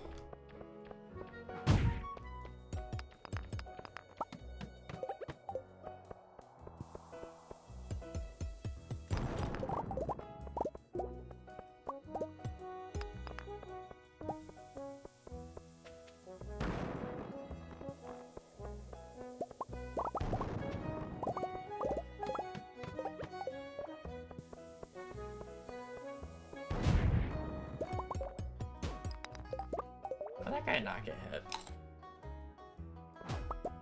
No, it's not my cup of tea to go to orchestra event like that. I can appreciate the music, but it's not something I would want to actively go do and watch. And I know that.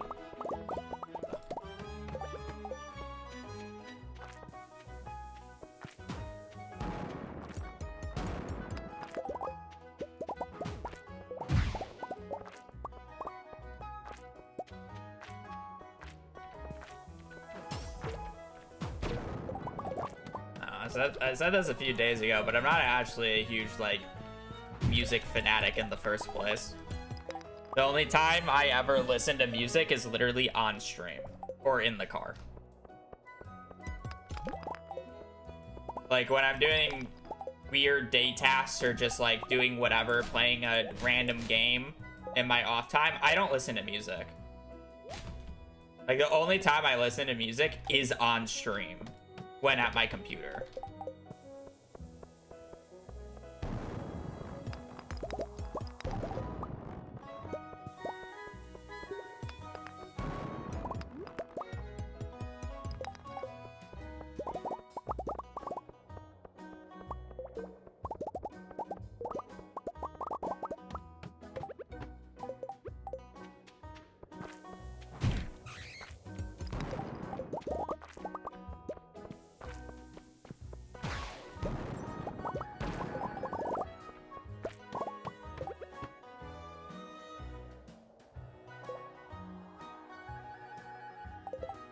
Like, I listen to music, obviously. Like, I have music playing on the stream, and I, like, know I know the songs, and it's, like, car rides, listen to music, yada, yada, yada.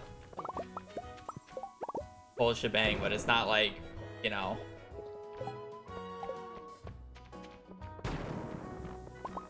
I listen to music normally.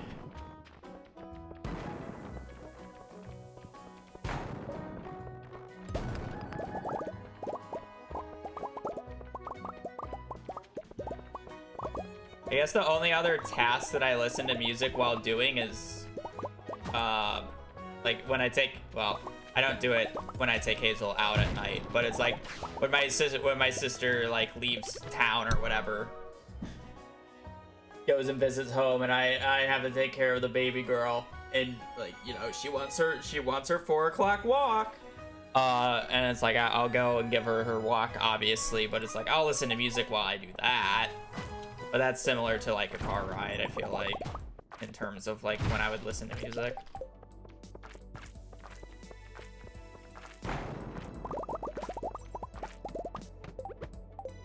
That's like, when I'm at my PC, the only time I really have music on is during stream.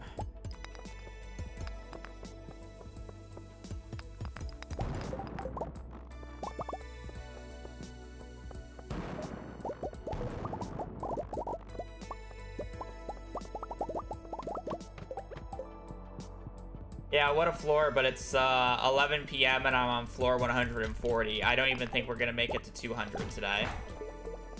So. Yeah, I should probably reset this run, because I essentially have to go 50 floors in 2 hours. 2.5 hours. Well, not to mention still ideally collecting around 300 iridium ore.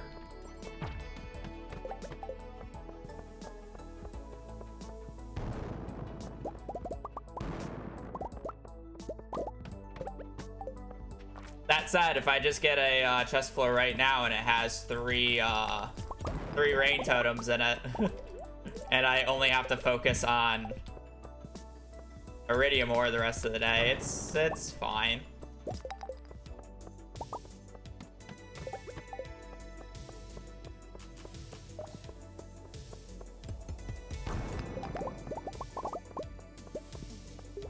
Hello?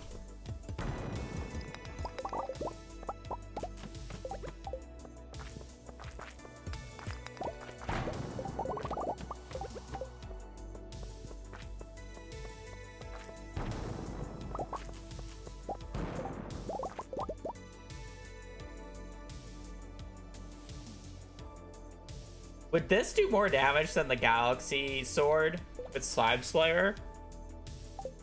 It's actually a very interesting enchant. Yeah, the iridium ore would be for money. You can essentially view every 5 iridium ore is 1,350 gold. So if I get around 750 iridium ore, that's around 200,000 gold worth of profit that I can then sell to get more supplies to do more Skull Cavern runs.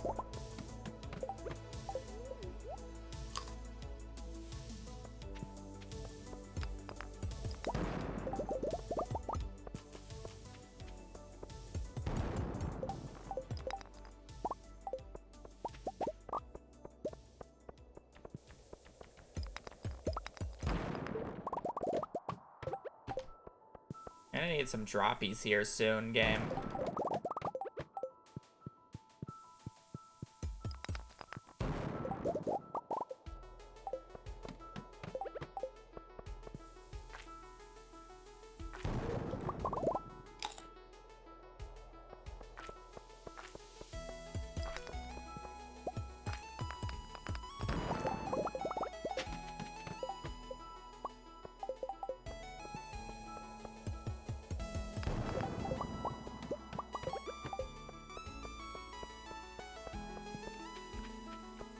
Five floors.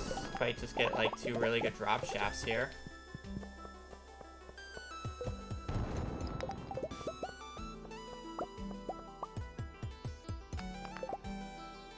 No, that's Slime Gatherer. Slime Slayer does more damage to slimes.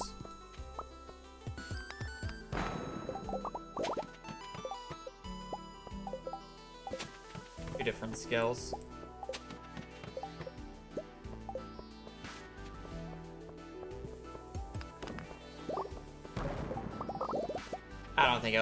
I don't know how much the increase is though, so I don't know if it matter.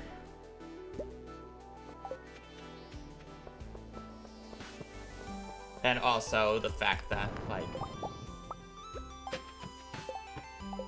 I basically need to leave now, so. Oh.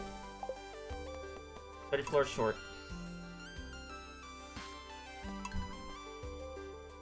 Is what it is.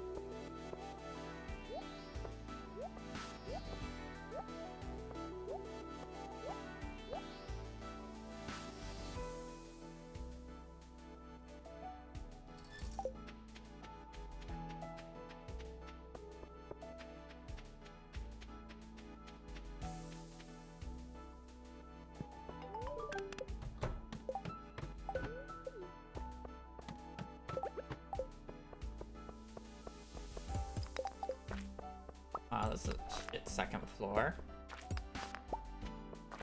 A good bombable spots.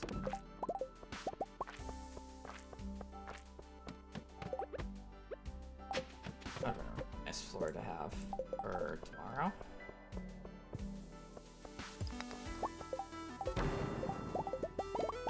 On stone.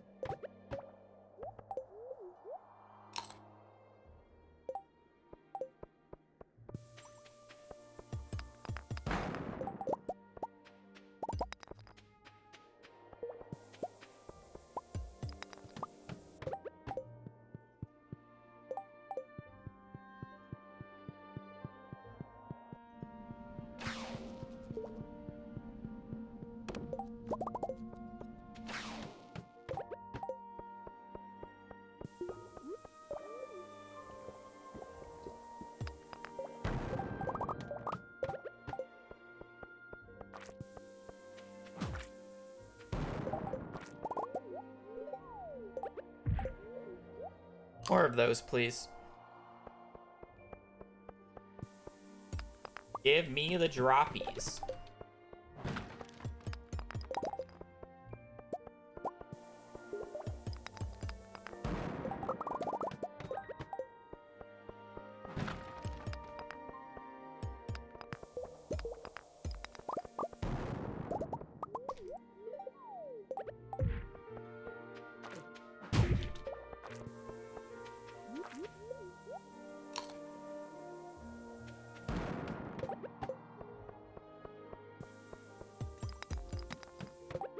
I hate breaking rocks while the bomb goes off, but at the same time it's so efficient to do so.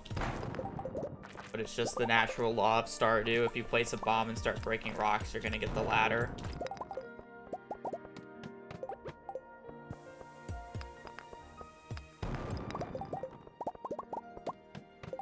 There was a drop shaft on that last floor. I didn't notice it until late, though.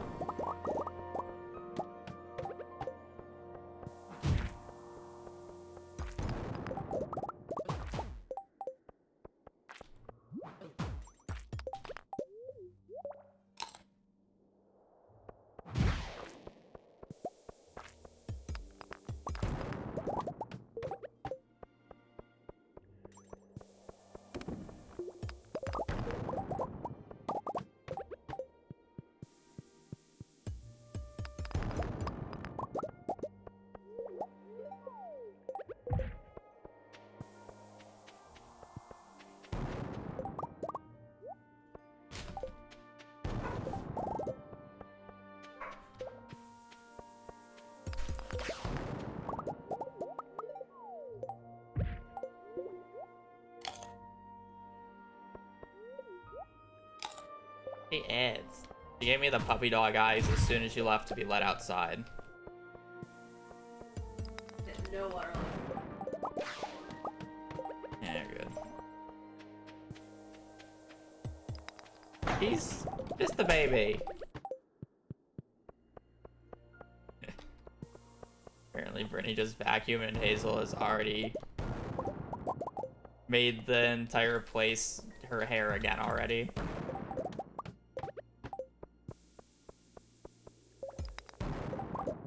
He sheds a lot. Okay, well that worked out. That bomb placement, like, was really scuffed.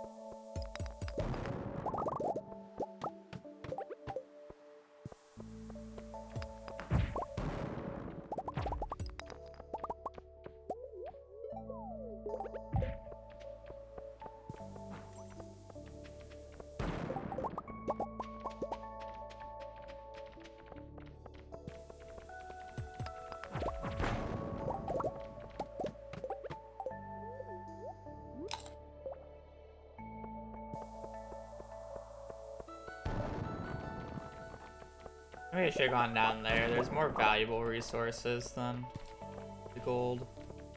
But the gold definitely had a higher chance of giving me a ladder. There was just more rocks there.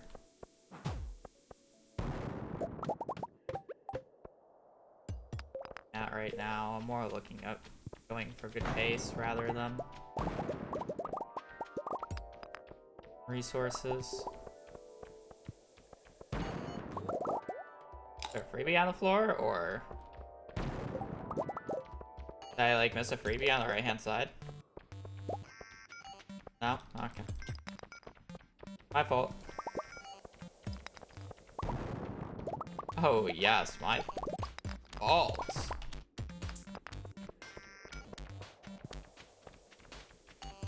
Just ladder to the floor. Oh wow, yes. Yes, yes, yes. This a good luck day? Really? This is a good luck day. Oh.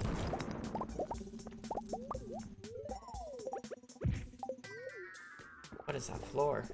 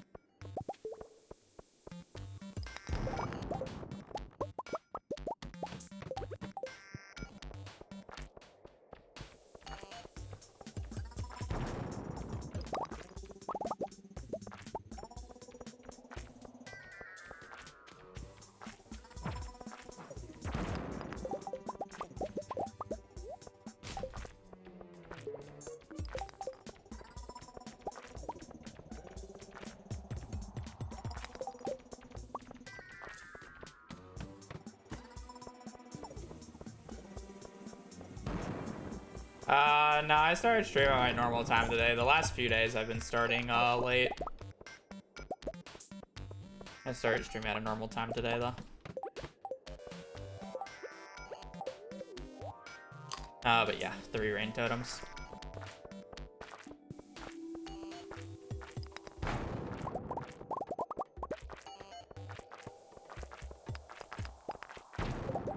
Also, yeah, daylight savings just hit, and the state that I live in doesn't actually do daylight savings, so it's still the exact same time for me.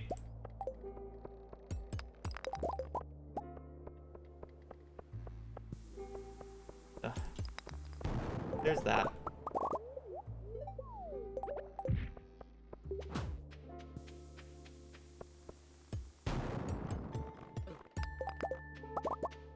And not explosive ammo.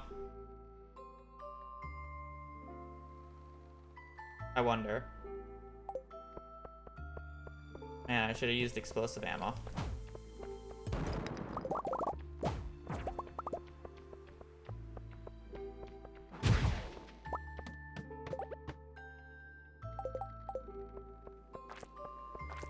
Well, I mean, I literally don't have daylight savings anymore, so it doesn't matter. The state that I live in literally does not do it. Our time zone never changes.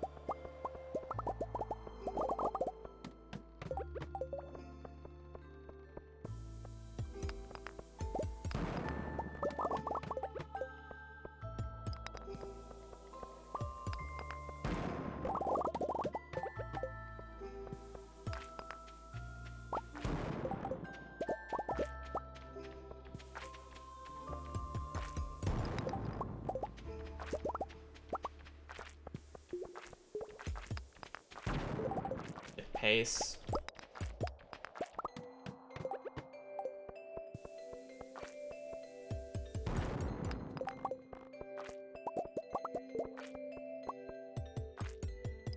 PM and I'm on 94. Yeah, okay.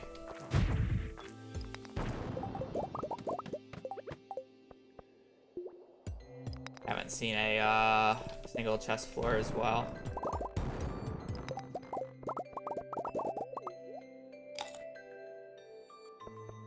Technically you can start seeing them past floor 10.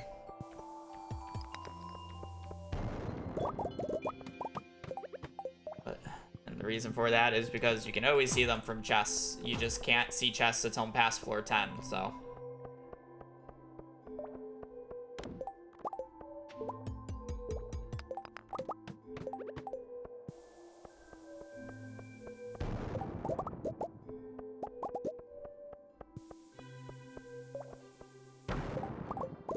I actually got a decent amount of iridium ore on the way down here, so it's not even that bad.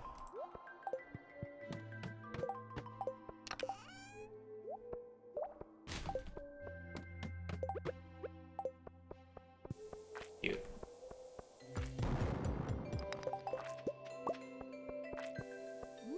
Second auto putter.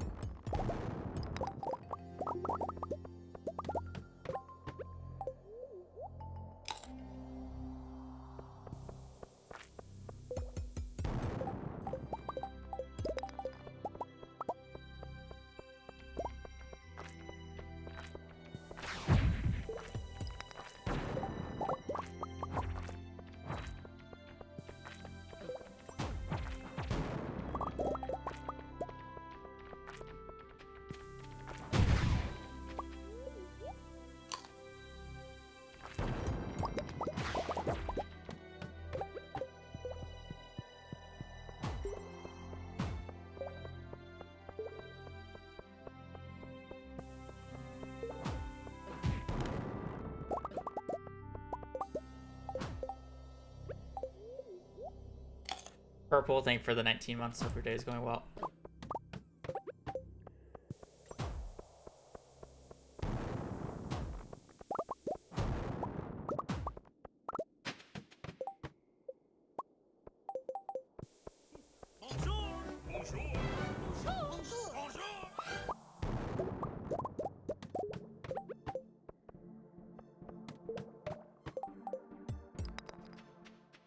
We're gonna need to start seeing some few more droppies here soon.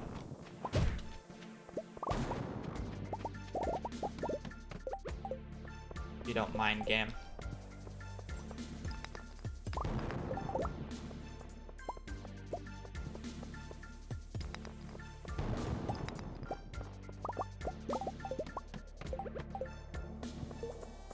Also, another chest floor would be great.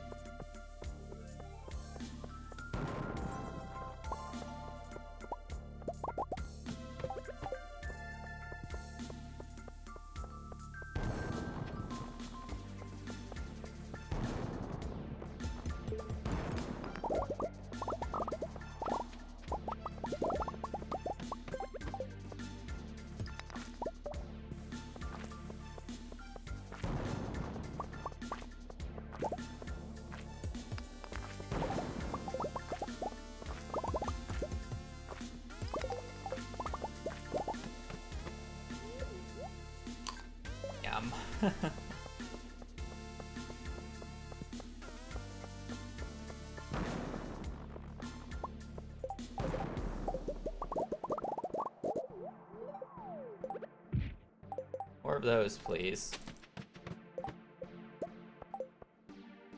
Please and thank you.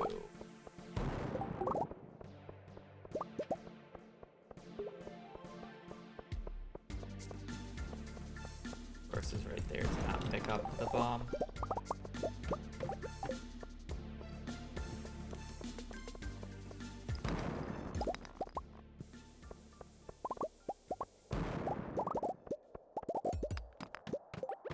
Those aren't drop shafts.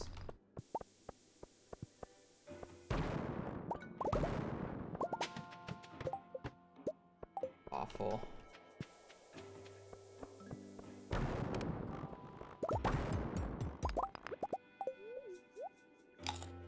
Whatever.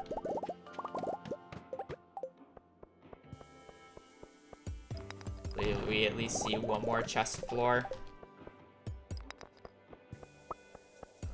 Bottom here.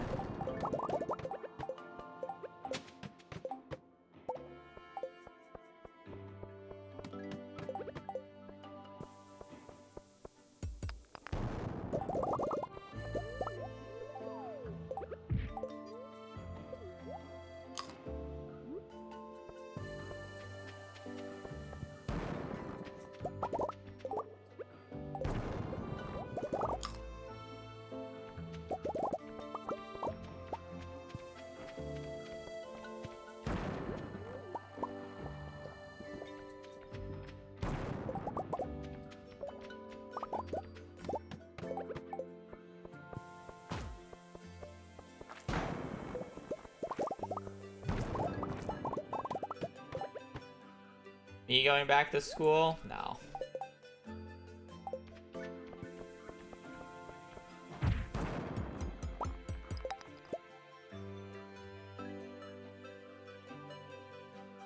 I'm pretty locked in on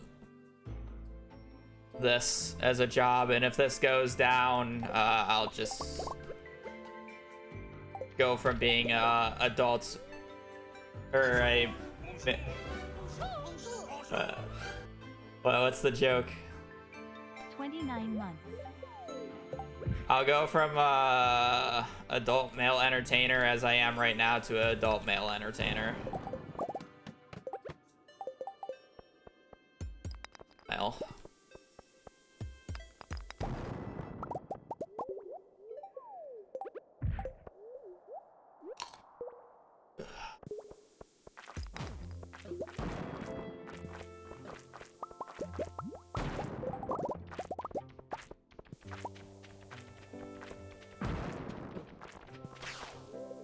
Well, currently I am a adult male, and I'm an entertainer.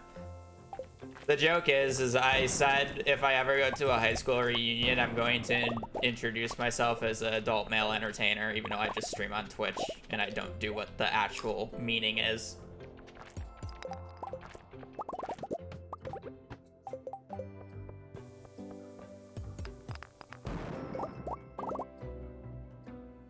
Oh, you're fine. That's like the joke. What job would you have if I didn't get a PhD in Stardew Valley?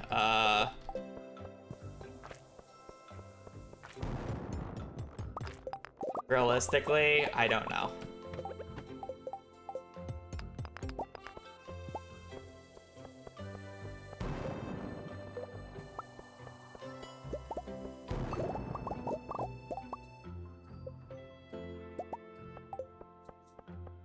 PhD in Terraria. Yeah, I mean, like, realistically.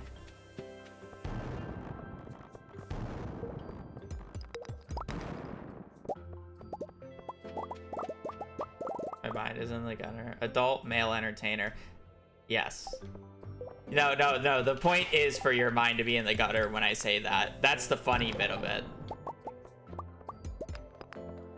That's the bit.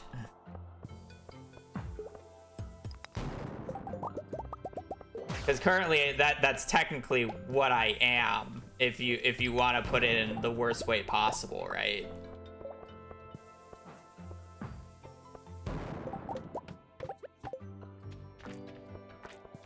And that's just a funny, that's how I just think it's a funny way to introduce myself at like a high school reunion or some shit like that. Which is why I say it as it is.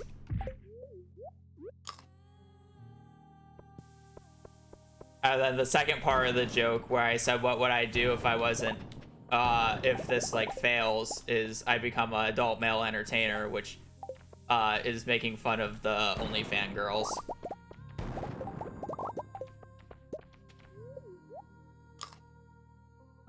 Yeah. But what was the quote from the one girl? There was one girl who recently blew up. That like, basically as soon as she turned 18, she made an OnlyFans and basically became a millionaire overnight. And then she put out a quote of, I don't know how people are broke. Money just comes to you. And it's just like, bruh. You literally made $1 million overnight by posting nudes. Yeah, Little Tay, that's who. There's a quote of her saying, like, I don't know how people are poor. Or it's like, I don't know how people don't have $1 million.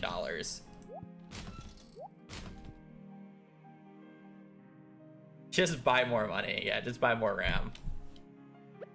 Which is crazy.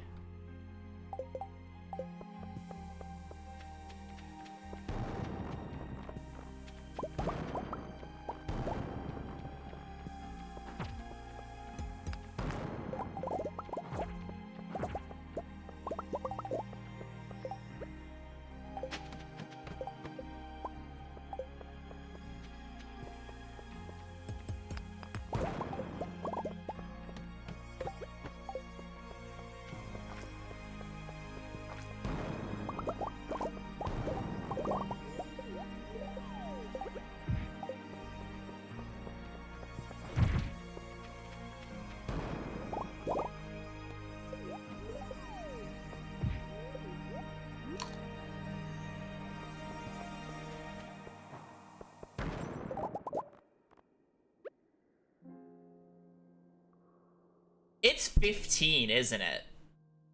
Right? Didn't this happen last time? This floor is exactly 15 if I take this drop shaft. Right? Do we remember? I know that 11 overkills it, but like 15, like it's statistically super low, but it's 15, right? Oh, Blade's Predictor tells me. I'm just gonna use Blade's Predictor here.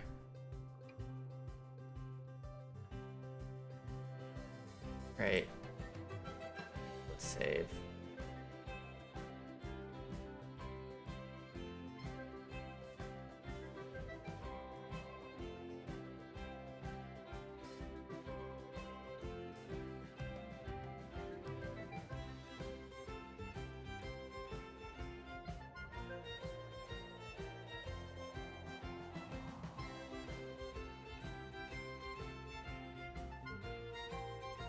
Blade's Predictor told you.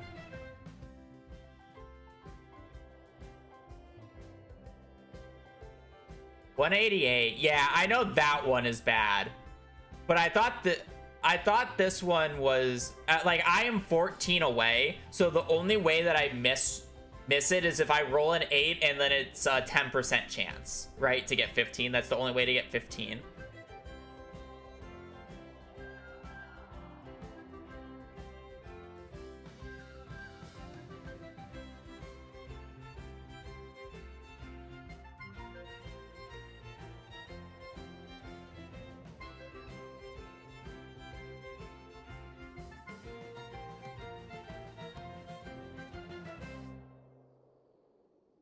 Taco Jack, Billboard, Special Orders, Mousy Pound. I mean, Legacy or not, it's the exact same. The amount of ladders, or the amount of floors you fall from a drop shaft is based off of the in-game day and what floor you're on.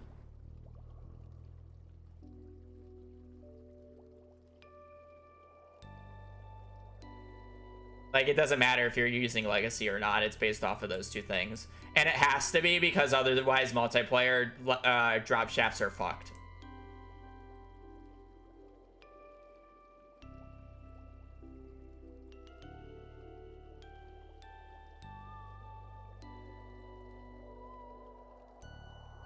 Floor 186.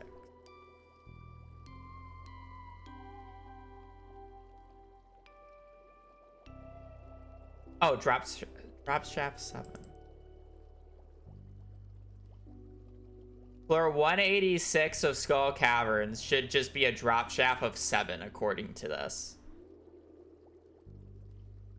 And 188 is 13, so this should just be 7.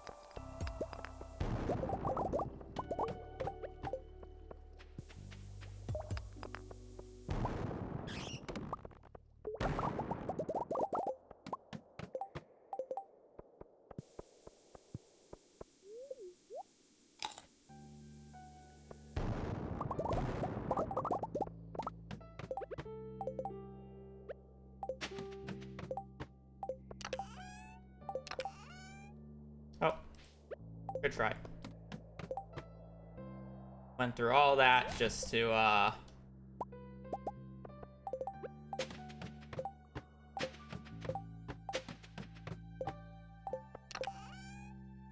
been really funny.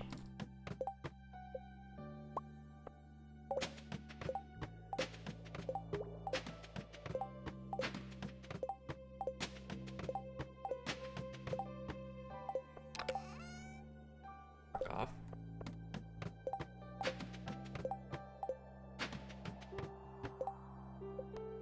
Rip auto putter.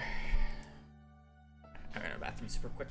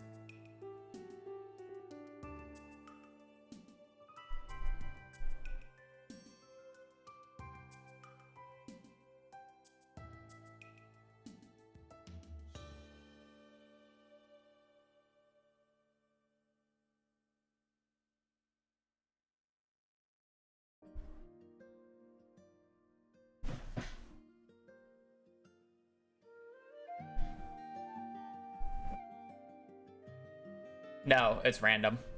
What floor layout you get while loading into a floor is based off of a very random RNG, even on legacy versions. So what floor is a chest floor and what the chests contain is wildly different every single run. You'd have to essentially frame perfect match your movements throughout the entire day to get a consistent outcome. which is not going to happen. Obviously. Like, I already just got a different outcome based off of my movement just now.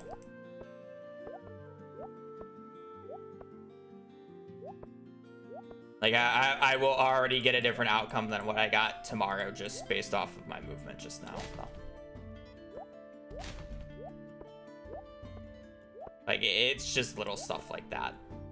It's not even, like, has to be any major type of movement.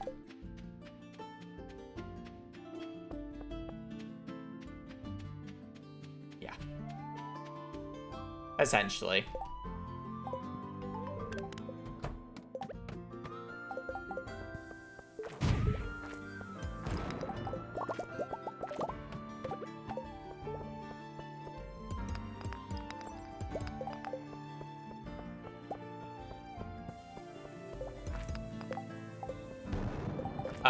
Minimum of floor 200.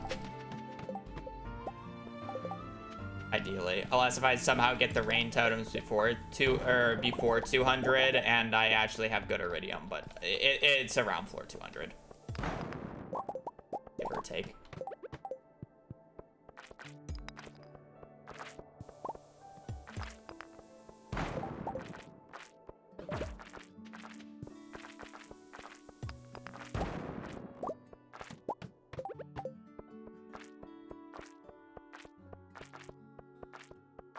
Damn, that's pretty fast. True. I mean, I've been stuck. I'm gonna be stuck on this day for multiple streams because I'm brute forcing 3 rain totems. It's just like, what do you want me to do? I've honestly gotten an absurd amount of rain totem chests. I've gotten 5 so far, but I've gotten 4 singles and 1 double. I've actually gotten a certain amount of chances at it, comparatively. This, like, yeah.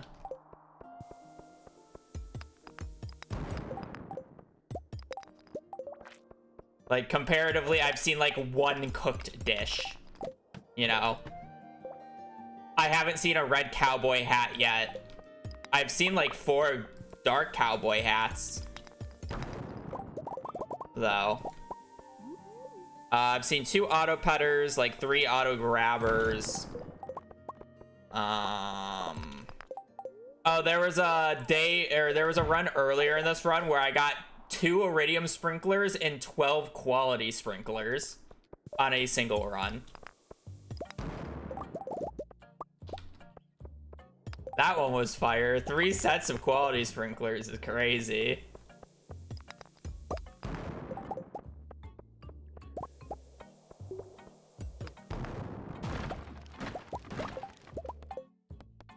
The whole greenhouse right there? Yeah, I know. That's what we used to reset for at one point.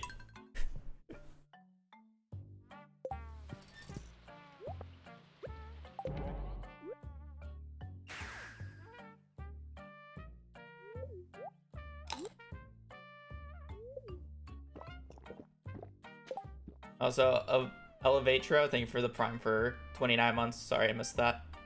But it's greatly appreciated. Hope your day is going well. And daylight savings has not messed with you too much. I keep deleting the emerald on accident. Doesn't really matter though, I don't really need the emerald. It's kind of just there to be there.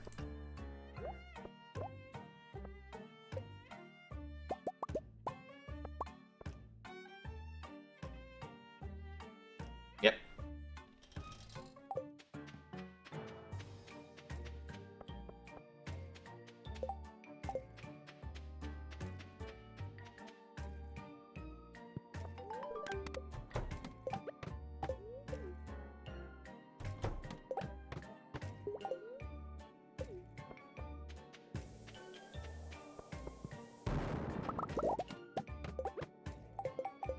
Oh, they're not even 4 hours anymore. They're like 8 hours nowadays.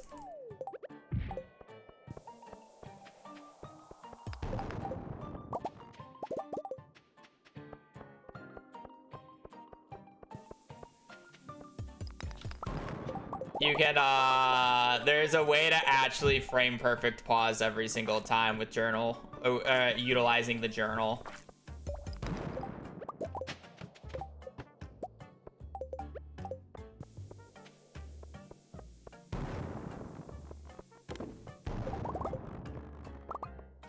So why bother, losing like 1 or 2 frames every single time? Why not just frame perfectly do it?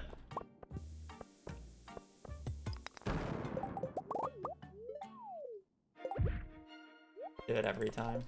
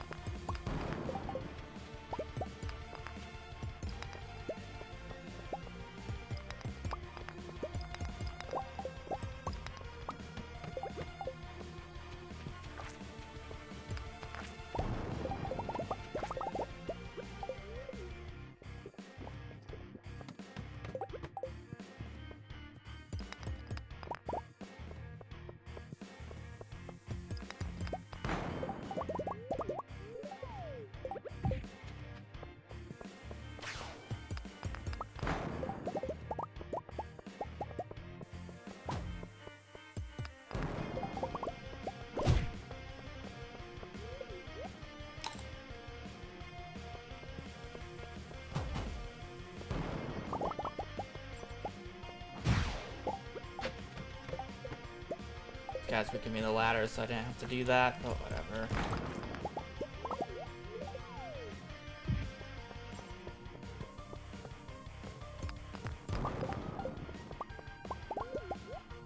My bad, should have gone right side.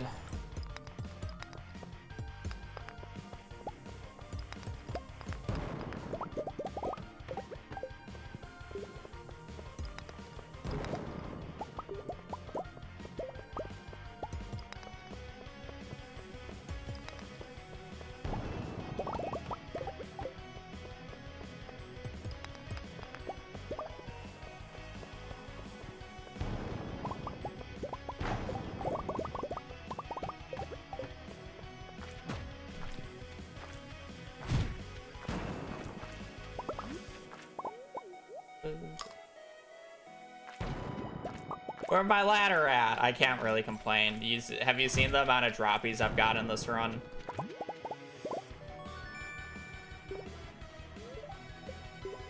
Like, I didn't really comment on it, but...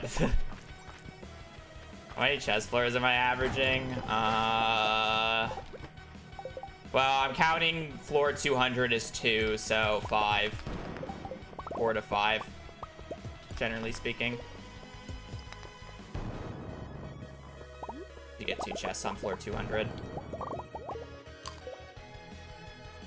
And then you get 1 chest on floor 100, and then you generally see about 1 to 3 on, just randomly.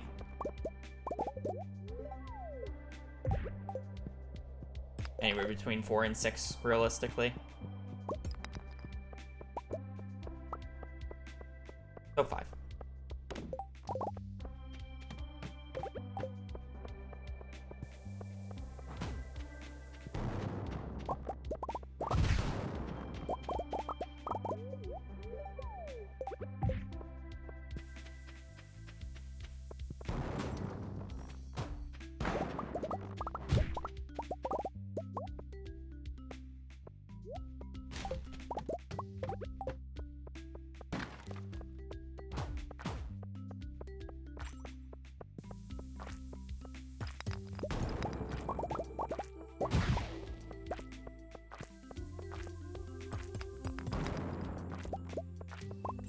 You do get 3 at 300, but you don't get 4 at 400.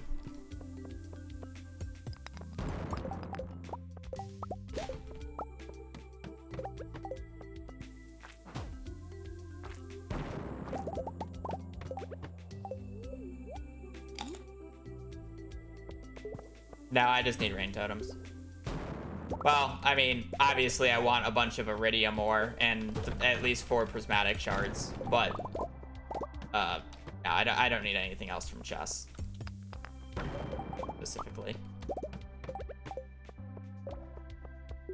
Like, an ideal day is 3 rain totems, 750 iridium ore, a minimum of 4 prismatics, but if I'm getting 750 iridium ore, I should on average get about 8 prismatic shards, so I don't have to worry about it. And I will also get level 10 mining if I'm getting 750 iridium ore. So another thing that is like I technically need, but I'm just gonna get as long as I'm getting the iridium ore.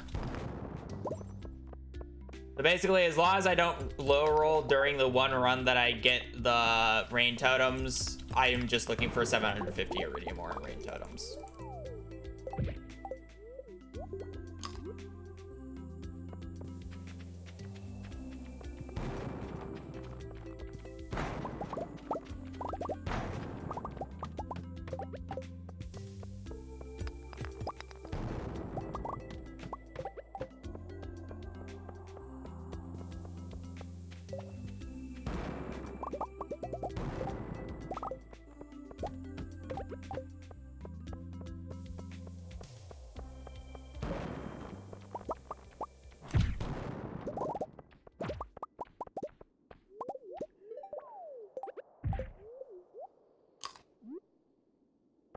Oh yeah, we had way more droppies than I could ever ask for on this run.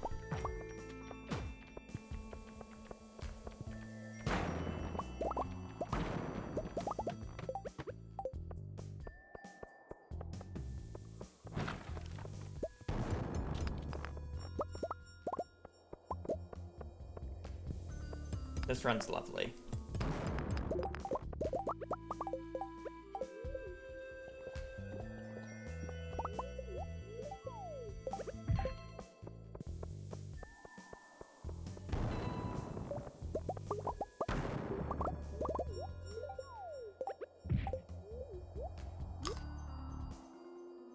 Can we get the legendary 2-floor drop shaft?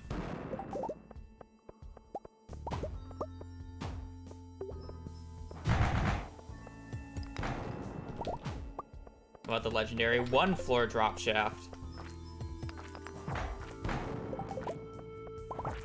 I should just ladder this floor, but whatever.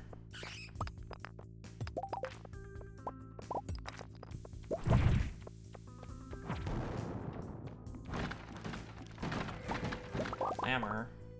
Good chance. Honestly, not even that bad. Having crit chance on the main thing. Oh, laddered off of rip. Big mistake, I guess.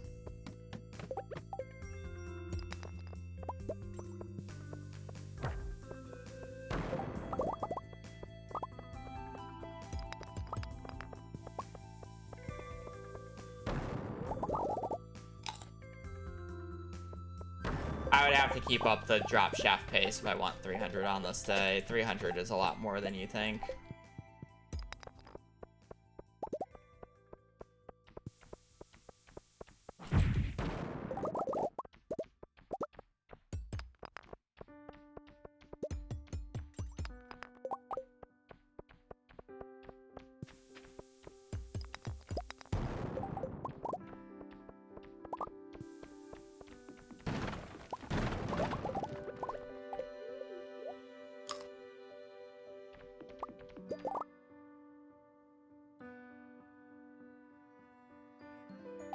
The floor depth and the day determines how deep, well, I mean, floor depth, day, and seed determines how deep you fall. So, yeah, the variables would be consistent. It's not tile location.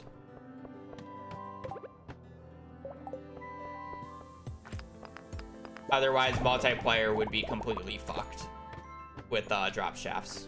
It used to bring you to a different number. It used to. It wasn't based off of these variables, but since multiplayer was added, it's been consistent. So you don't actually, you know, drop to different floors. Oh no, I've been abusing the map predictor the entire time. I'm just not going to be using it for staircases. Hell no. That would take too long. I have no interest in doing that. Like, I could tell you, we're on 108. This drop shaft will give me 3 floors, or 3 levels.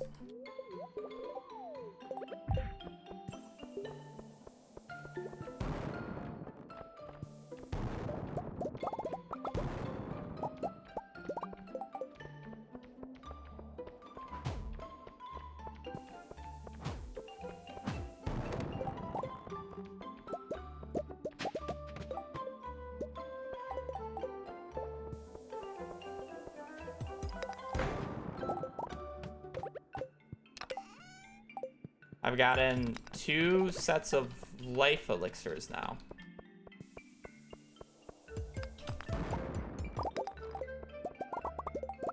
Yeah, I'm not using it for staircases. I generally wouldn't use it for to tell me how many floors I need to go down, because there's no reason to check every single time, because I just want to go down it anyways.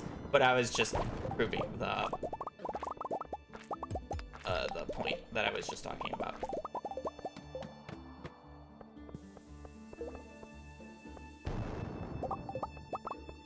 All the elixir. Apparently we're playing Clash of Clans. We need all the elixir.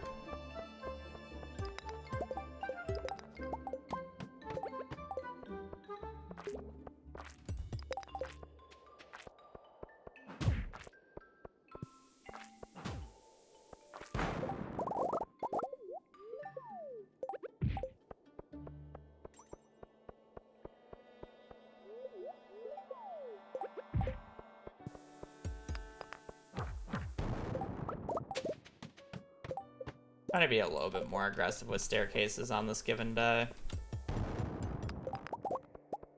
We still have a decent amount of stone anyway, so it's not even that big. Just like I'm not trying to like pressure a really shit floor like I've been doing. This is another one that I should like debate about whether or not I should ladder. But surely I just get the ladder here and one of these quick bombs. Game is so ass sometimes, whatever. Sunk cost fallacy. We love some good sunk cost fallacy. It was manipulating it to get a chest floor on this floor, which then is going to give me 3 rain totems, and then we can play the game. First crystallarium we've gotten.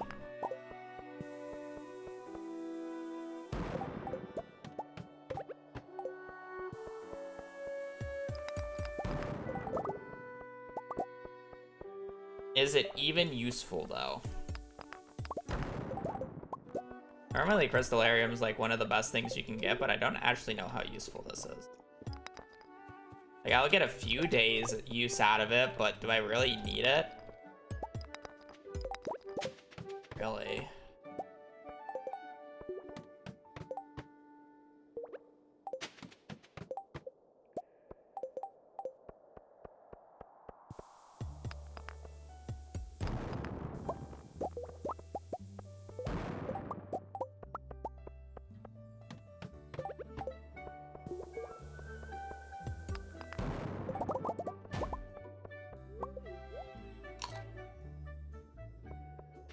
No, I mean, it produces every other day, so I would get use out of it, especially if I put in like a jade.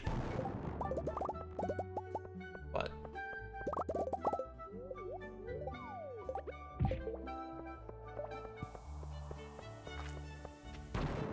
need it otherwise, you know.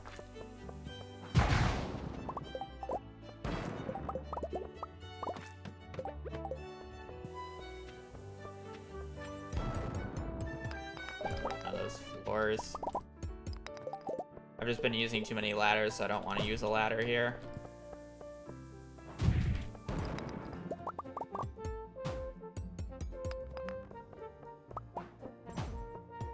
You're not fucking dead.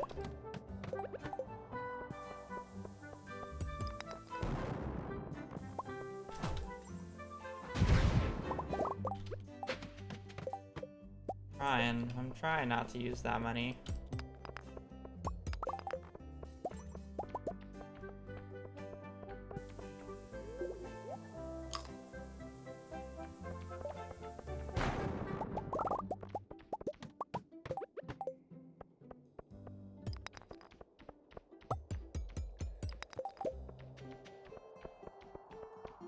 I wish I was actually doing a Skull Cavern run on the 13th to get the rain totem, or so I don't have to get 3 rain totems today, but I'm realistically probably going to need 3 full days to get combat level 10. No. Literally, I do this run and then spend the next 3 days farming combat XP. While preparing for the double whammy of the Skull Cavern runs on the 15th, 16th.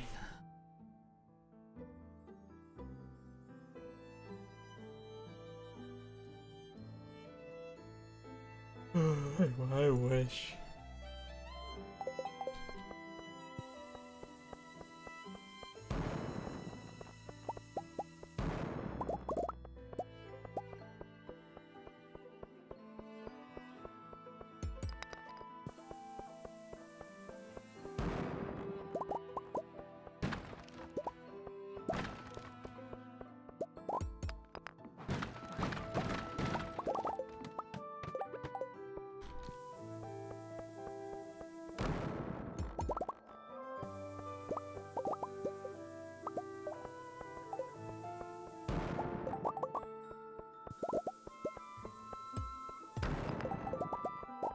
Please.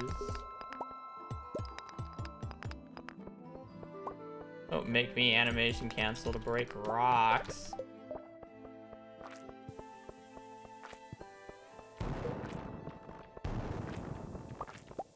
I feel like a peasant when I do that.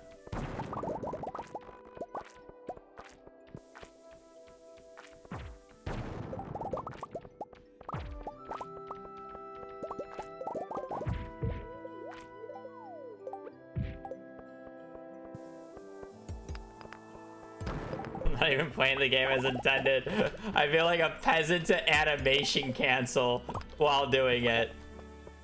Not even just using my pickaxe with animation canceling. I still feel like a peasant.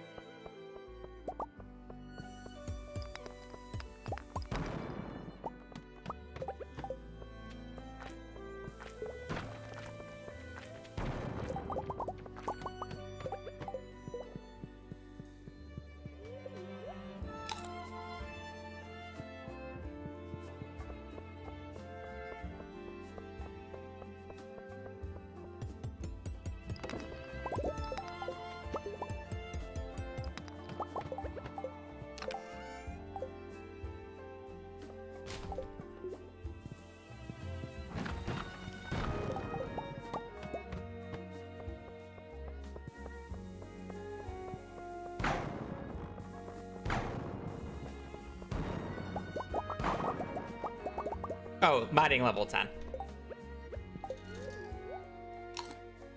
I'm probably already mining level 10. Each iridium ore is literally 50 mining XP.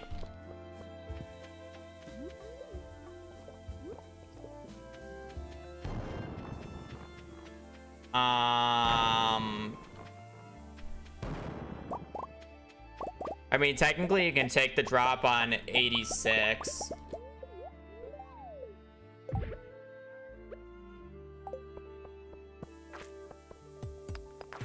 I mean, I'll just look up what drops I can and can't take at this point, because I have the predictor open now.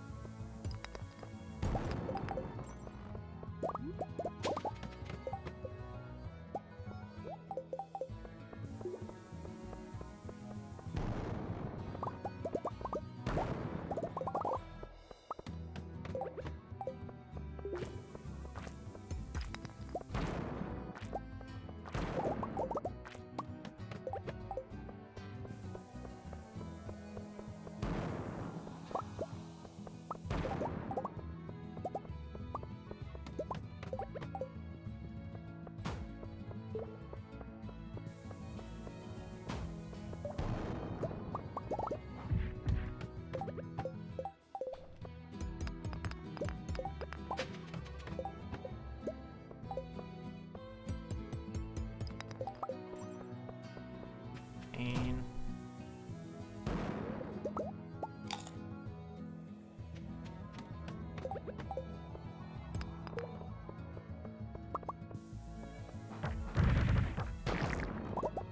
Unfortunate.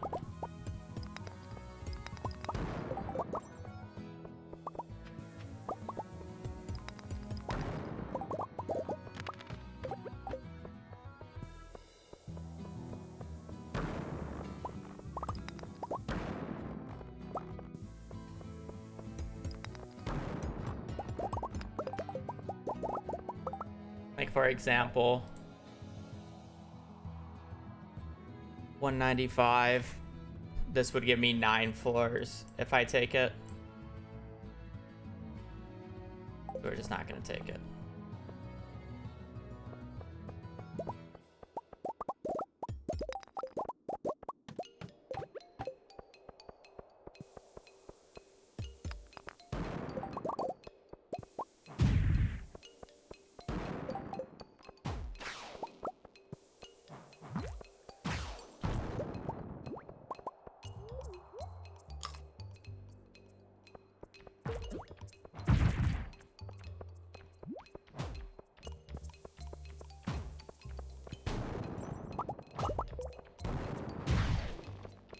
Need a ladder, please.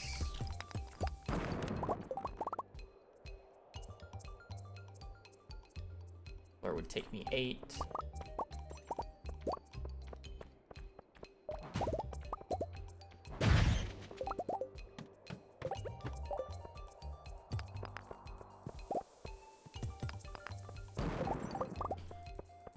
A little disappointing this run, but whatever.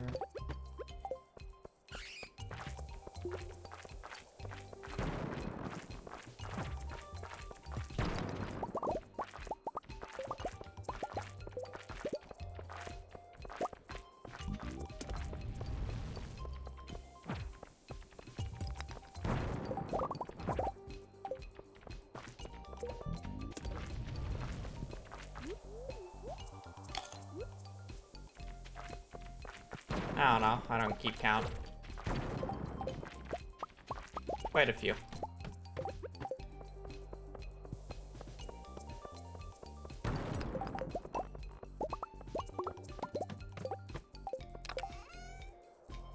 Panic shard.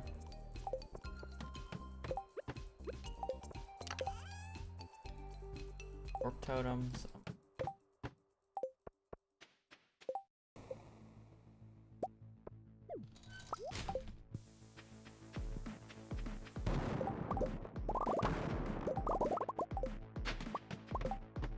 Good run anyways, so.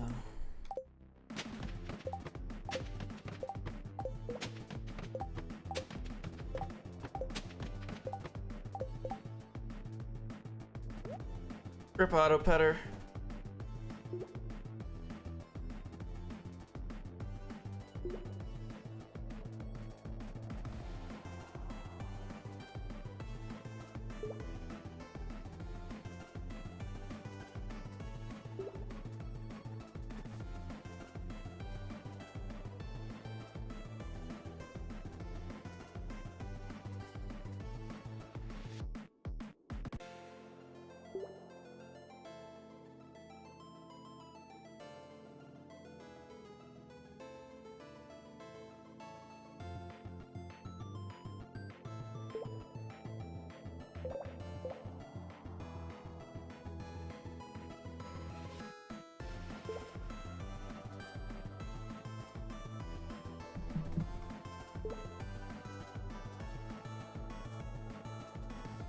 What floor would you have got into? I mean, I don't know. I've never practiced doing something like that. I would assume I can make it to floor 300, but not something I'm gonna do.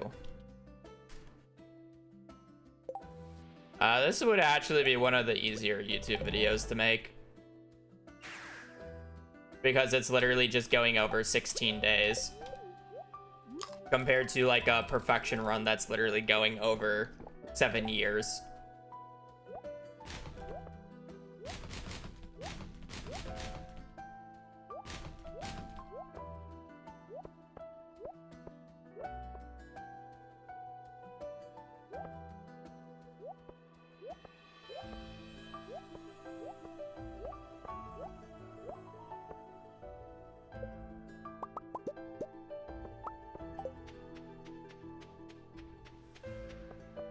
Dude, like, I should easily be able to get to 300 if I was using the map predictor for ladders, because I would be able to find the ladder every single time, but... like, I wouldn't have, like, the issue of, like, me struggling to find the ladder right off of a rip here, you know?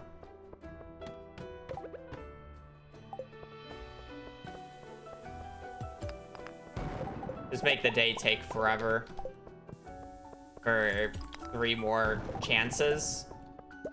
Yeah, it's not really worth it.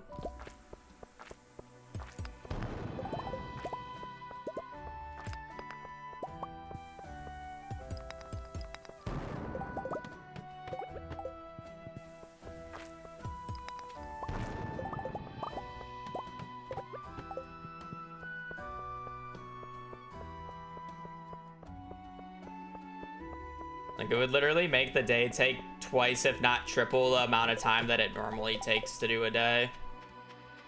Just for 3 more chances.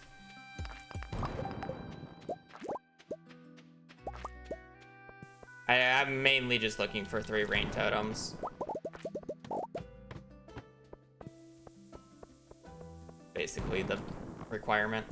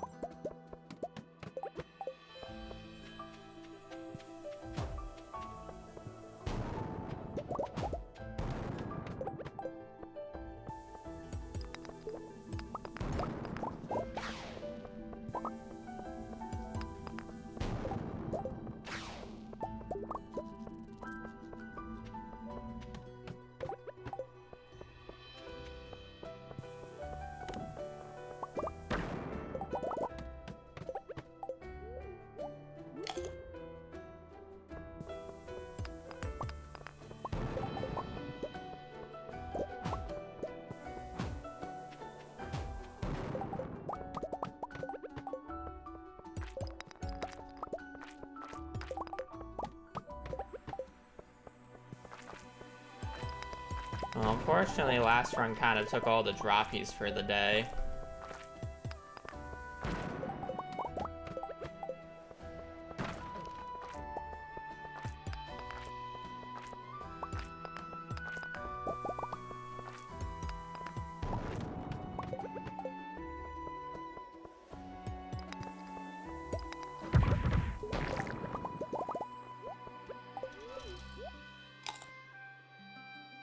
I don't know. People were saying it's like 1.1%.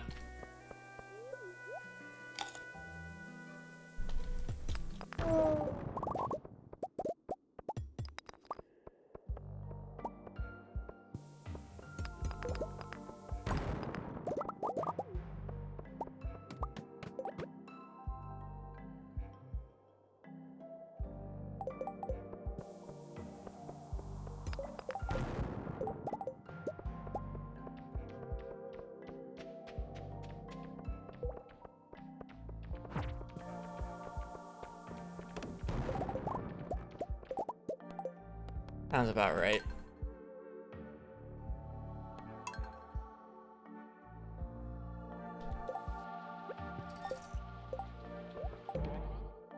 So pretty high.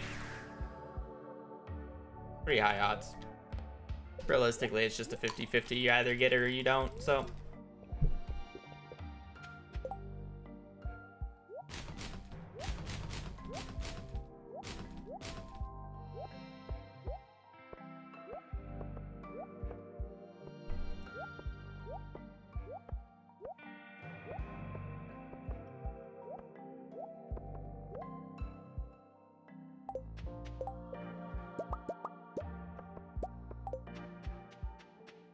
Good morning.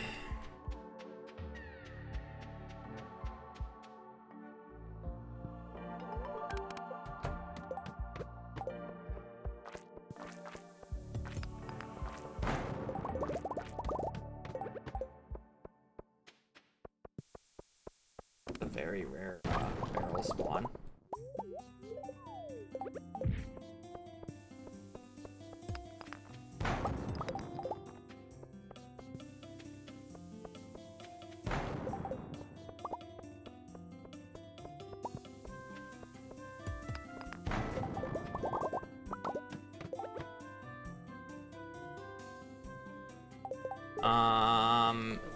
In case if the 700 one ever fills up before I use enough ladders.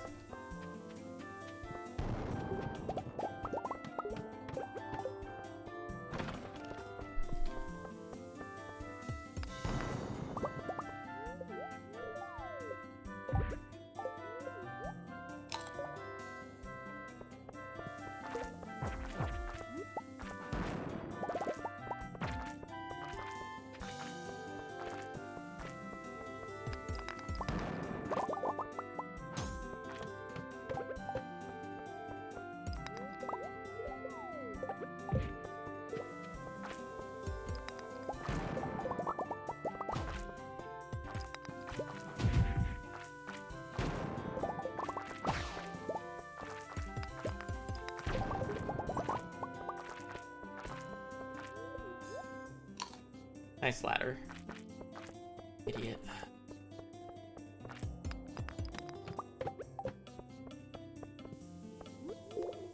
The chat, what are you getting for Hazel's birthday? What are you getting Hazel for her birthday? Or do you hate her?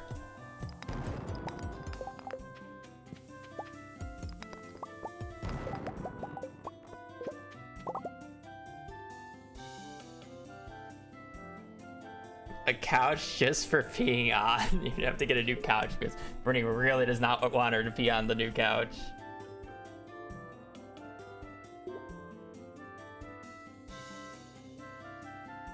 It's only... Today's the 3rd. It's only 8 days away.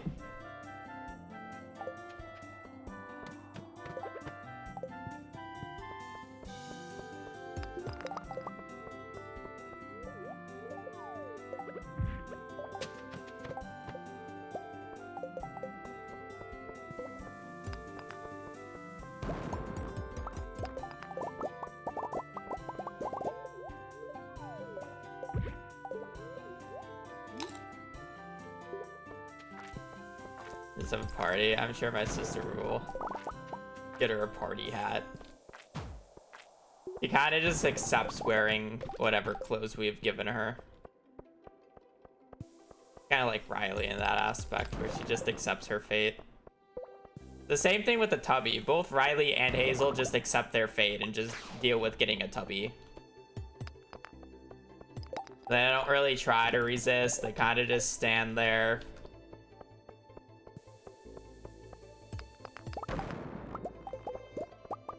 Look at, I mean, like, they'll look sad, obviously, but...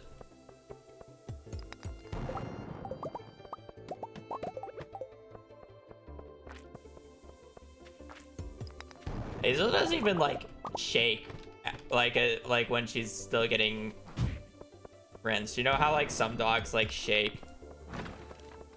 And then you get water everywhere? Hazel just stands there.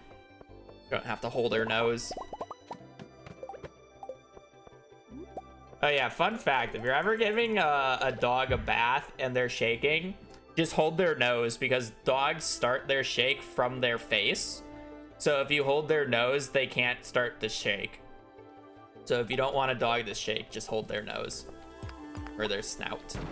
You don't even need to do it hard, you just need to hold it.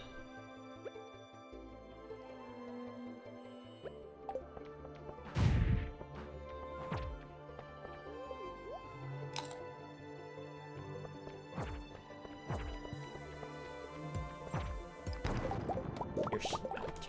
Yes. We had to do that with Bailey, where we had to hold her because she would shake, but Riley, Riley just sits there and Hazel just sits there.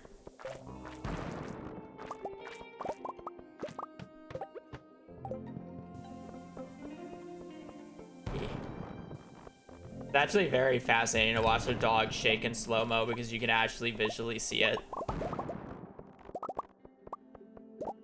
Very interesting.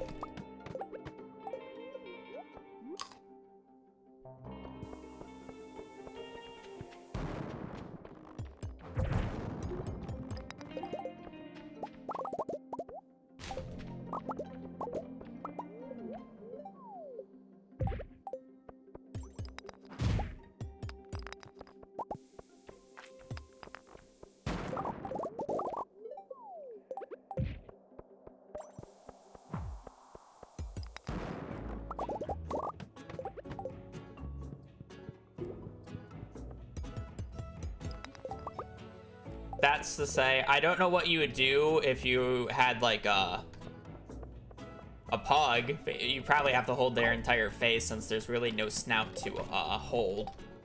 But on a normal dog, I guess pugs are normal.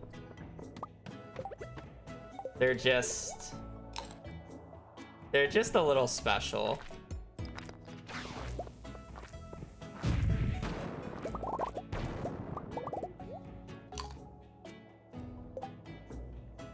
You want to give my cat a bath? You have to rob the nearest museum for night armors first. Yeah, I mean, I don't know much about cats. I've like never had one, and I'm allergic to them. So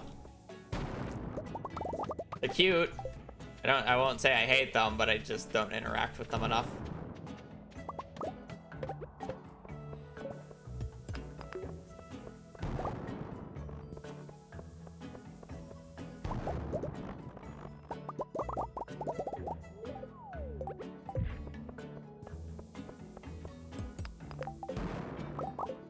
He'd probably just get away with holding a pug's head. Tag it though.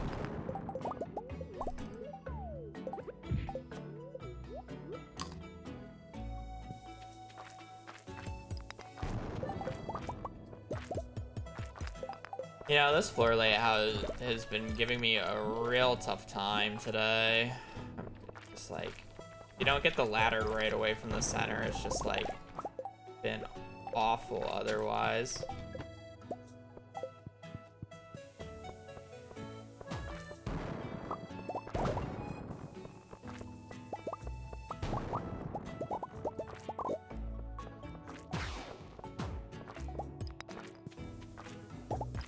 Actually quite frustrating.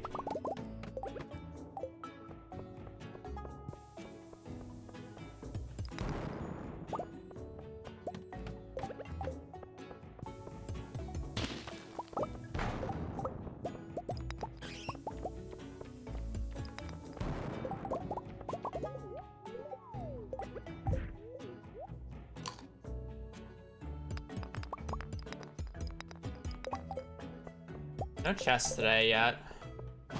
Ideally, you get like one chest between floor 100 and or 0 and 100, or I guess 10 and 100 technically.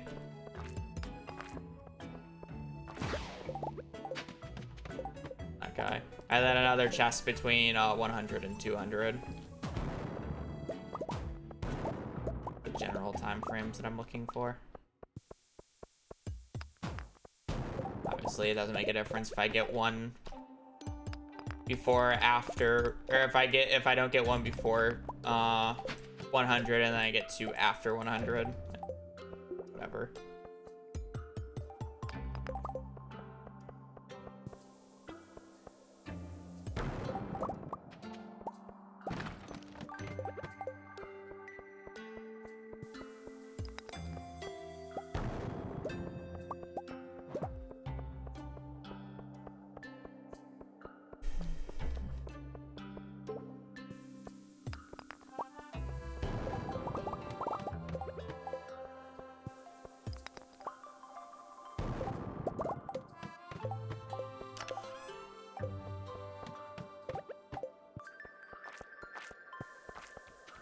It always just feels bad when you're first,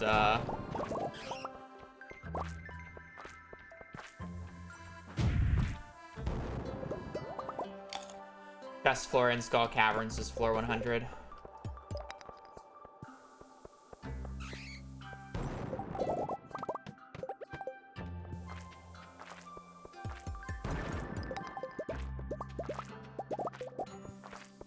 enter one of these floors.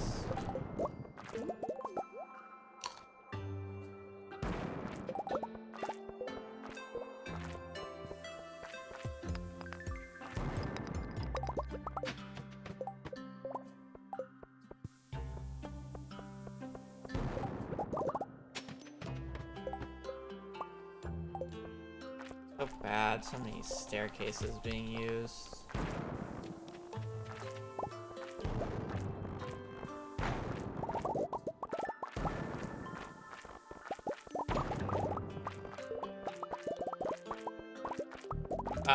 Mining level 7 or 8, actually. I only needed a minimum of 6, but it, like, doesn't matter.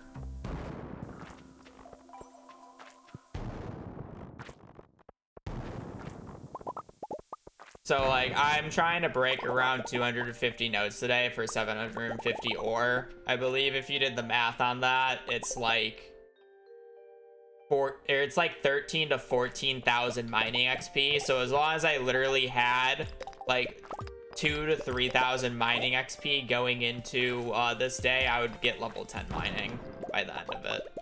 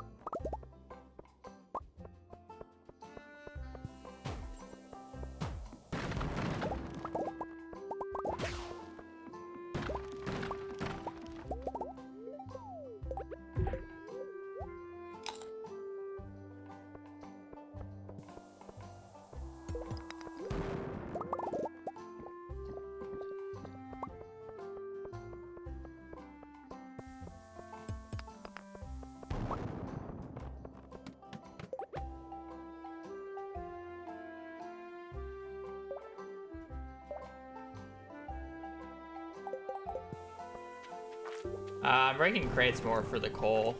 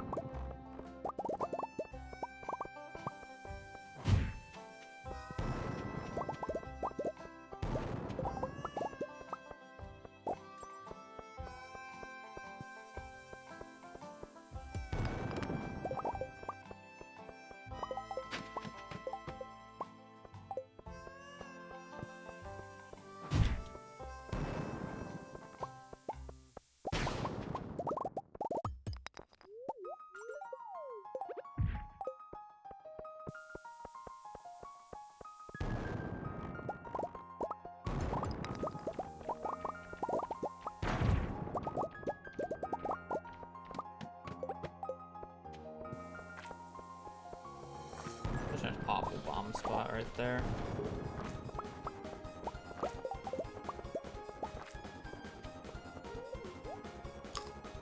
And I get 2 iridium nodes for it, but it's like, it feels bad because I'm only getting 2 iridium nodes.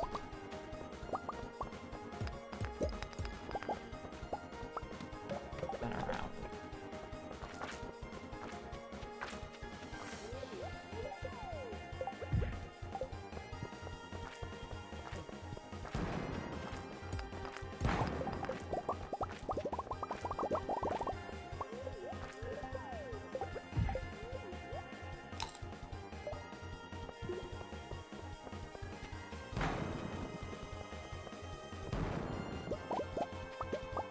Community band.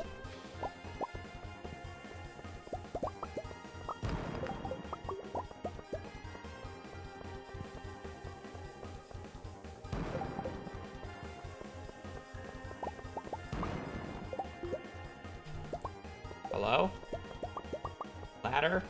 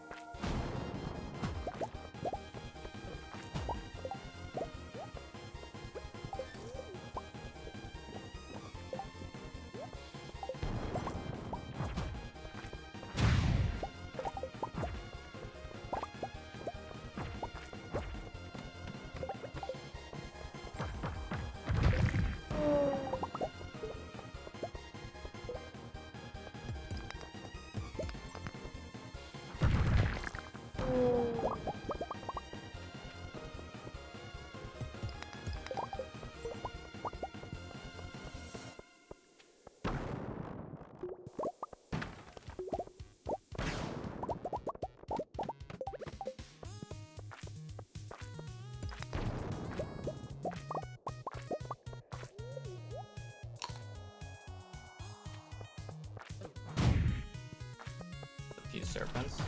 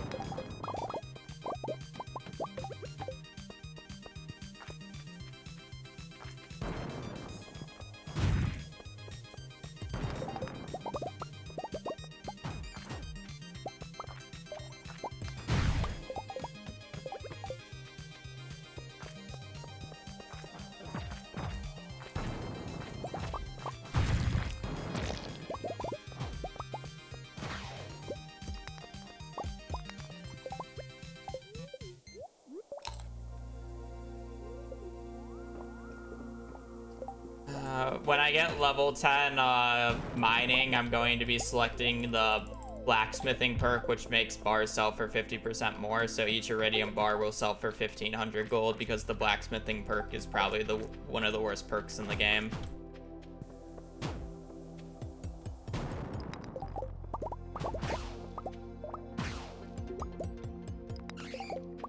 Actually, one of the biggest trap or noob trap perks.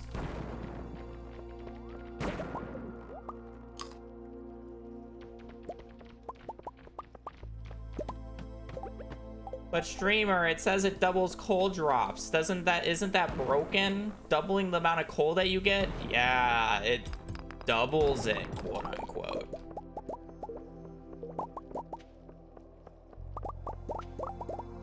I mean, the gem one is actually. I mean, I don't think,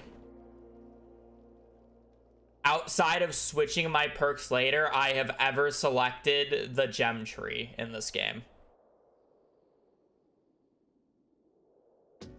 Yeah, like, it's good later on, but Miner is arguably the best perk in the game, even comparing it against level 10 perks.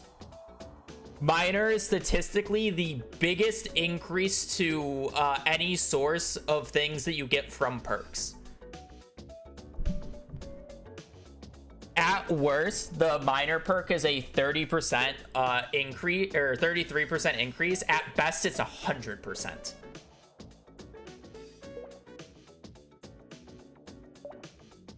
Miner is just by and far the best perk in the game for the point in time that you generally have it by. You know, when you still need to farm a bunch of ores, when you still need to go and get all this stuff. If elevator geofarming, you need geologist. Yeah, but I have never done that, so I just have no reason to click it. Like, I understand that the gem tree actually has its uses. I'm just saying, for generic purposes, Miner is literally the best perk in the game. Like, it is one of the, like, 3-4 perks I would put in, like, S+ tier type of broken ass perks.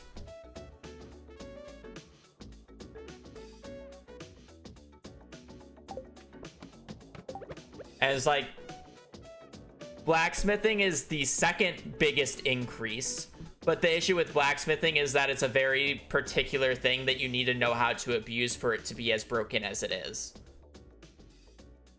Where something like artisan is just, you know, generically broken. Or, like, you know, good. Oh, I can't say broken. But no, I don't play this game with mods. This is a completely vanilla game that you're watching me play. I'm not loaded up through Smappy.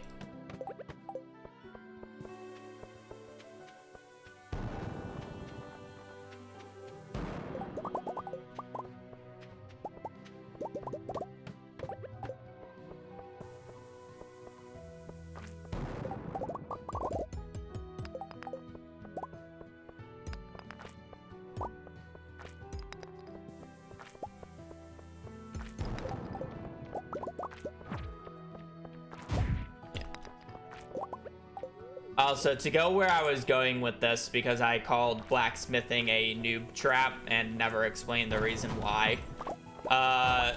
So it's better than what it used to be, because for those who don't know, prior to 1.4, the blacksmithing perk didn't work anywhere outside of your farm. So I'm sorry, not the blacksmithing perk, the prospector perk didn't work outside your farm until 1.4. That means prospector. That means the only time that you would get more coal with prospector was on your farm and from the quarry. And this was before coal nodes even existed on Ginger Island, because this is prior to the Ginger Island update. It was completely useless. And when it says it has when it doubles the amount of coal, like, let me read word for word off of the wiki what it says real quick for you guys, so I don't get this wrong. It specifically says chance to find coal doubled. Now, what this means is coal has an innate 7% chance of dropping. Instead of it being a 14% chance, it has a 7% chance of rolling again. Or not rolling again, but rolling. So it's like when you break a rock and you get a piece of coal from it, it could have been the 7% chance from the original or the prospector perk. This doesn't double the amount of coal that you get from, let's say, a gray rock. Gray rocks, based off your mining level, can drop like up to 4 coal. Prospector's not going to give you 8 coal if you rolled 4. It's going to give you 5. it gives you one more because it's a 7% chance of rolling an extra piece of coal per rock is how it works. It doesn't double your chance of it doubles your chance of finding coal, but it doesn't double the coal you get.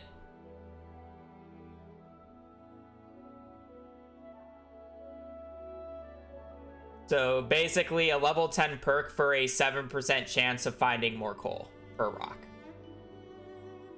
Or I can sell iridium bars for 500 more gold. Smile.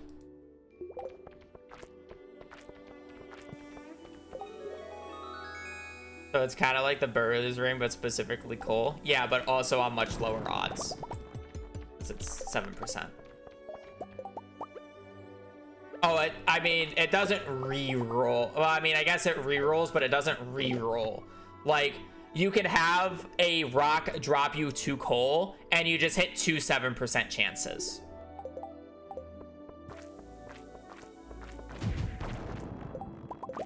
Right? Like, it's just 2 separate rolls that happen on every single rock.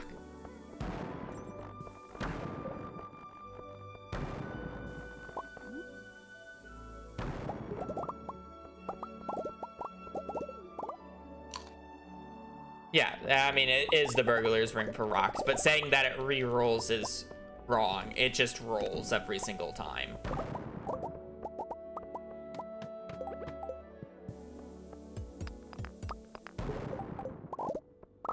The burger ring also always rolls, but yeah. Technically, based off of math, it's technically not double odds because of how funny math works. Like, burglar's ring technically doesn't double the drop rate just because you have 2 chances of it dropping. You know? It's technically slightly less.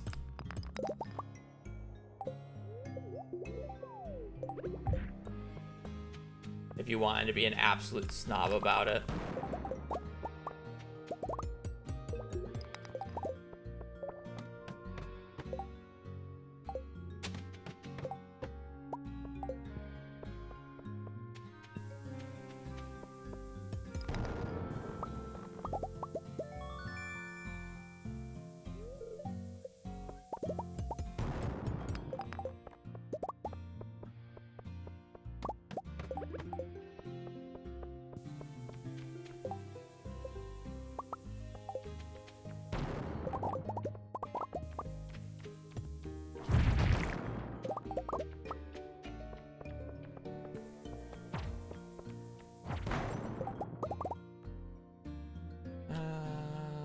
$187.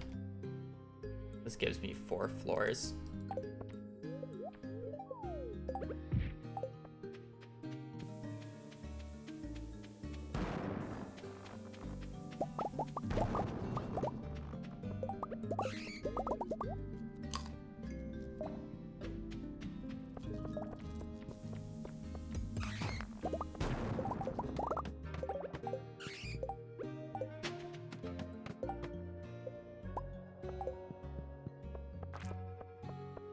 It's seeded to the day and the floor depth.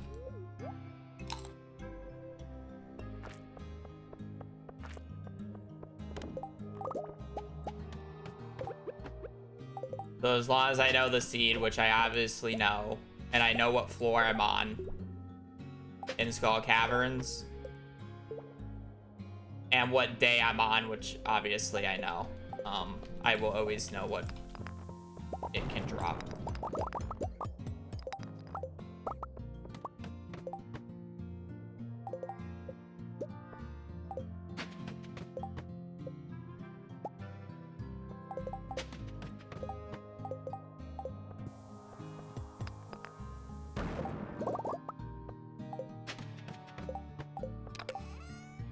Fuck you. Fuck you, fuck you, fuck you.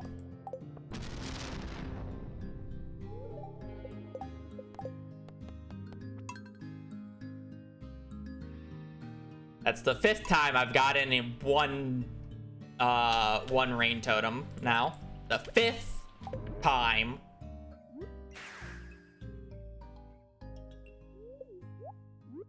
Not the first, not the second, not even the third, the fifth. That is 6 times I have lost the 1 in 3, by the way. 6 times I've lost it.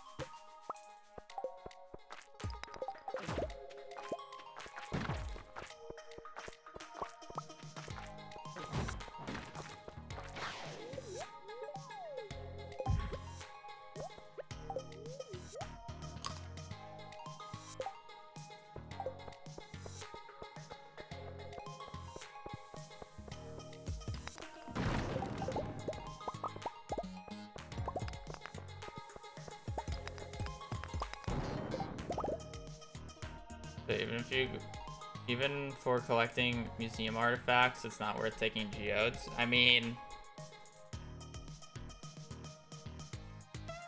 my example was early game. Like, sure, it gets to a point where it's fine changing it to gemologist if you're not doing much mining. But if you're ever doing mining for ores, not having miner is like a huge difference maker. Like, let me put it in perspective. If I didn't have miner on this run today, like I have miner right now, I'm getting around 750 iridium ore, which is around 200 nodes that I break. If I didn't have miner, I would only be getting around 500 iridium ore today. I'm losing 200 iridium ore on this day if I did not have miner. 250 iridium ore lost for not having miner. Which, by the way, is 50 iridium bars, which sell for 1,350 each if you include the coal price in them, which is me losing 67,000 gold. For not having miner, I lose 67,000 gold on this day. Geodes can wait until after you unlock Krobus and can switch later on when you're not actually looking for ore.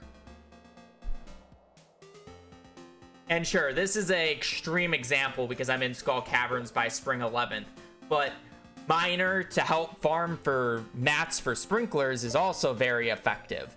I farmed around 800 iron ore in a single Stardew day because of miner earlier in this run. 800 iron ore.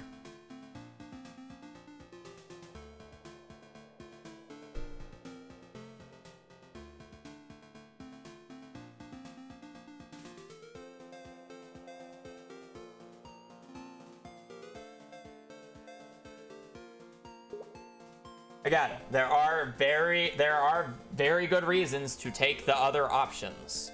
Mining is probably one of the most diverse trees you actually can have compared to the other ones where you're basically locked into one or the other, right? Foraging, for example, there's literally like there's essentially zero reason to ever not take botanist in the foraging tree. Miner, there's an argument for all 4, realistically. Because it's like, if you're not selling bars, then you can argue you can go prospector for extra coal, but at the same time, like, it's the weakest link because you can also just go the other tree. Farming, artisan. There is tech with, like, switching perks in farming, and then obviously if you're not doing many crops and you're doing animals, then you can go the Coop Master perks. But, you know, artisan. Fishing, I mean, if you want chests, obviously you can go the fishing one. I never really would have the double money fishing one because fishing, great money.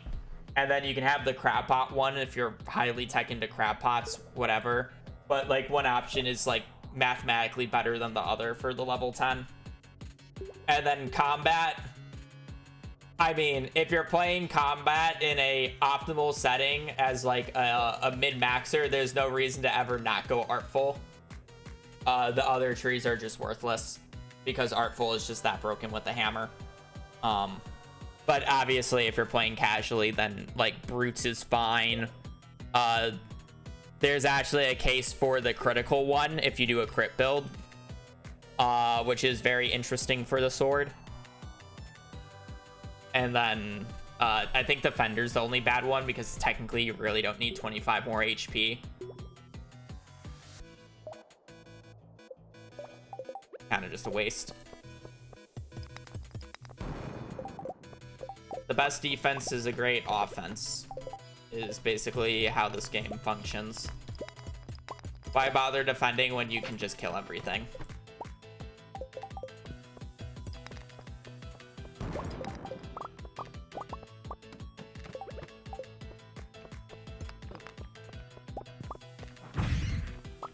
I love when I get a prismatic shard from an enemy kill.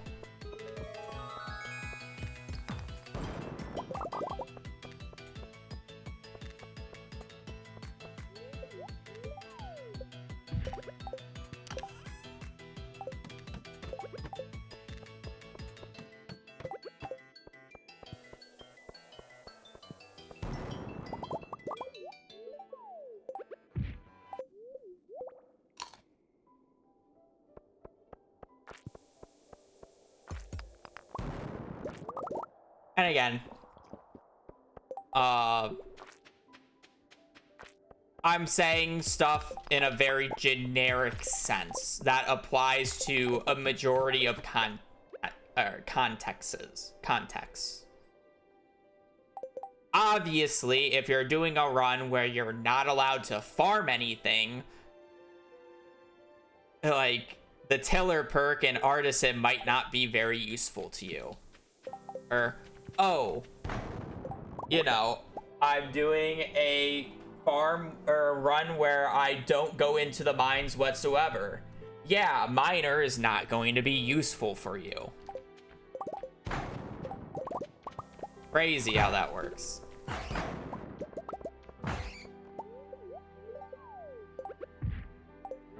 What's the other path?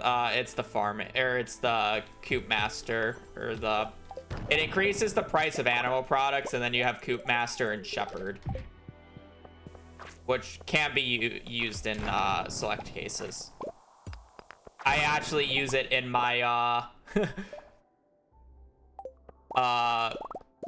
most money in 24 hours. Oh, fun thing, I saw on Reddit somebody actually copied what I did. Somebody broke the integer limit. It took them 72 hours. But they broke the integer limit and they sold in multiple cell packages. So they had like a negative total earnings because they wanted a screenshot of it. But somebody did the sheep strat. Somebody already watched the sheep strat run and did it themselves, but they did it much longer for God knows what reason. Actually, it probably took them longer to set up than I did, and that was the big difference.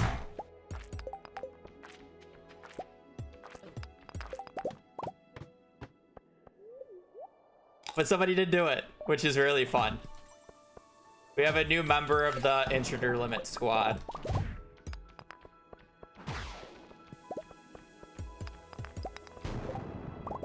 Yeah, that was a good post. Luck ring. Oh boy, guess what we get to do, chat? I get to lose my mind.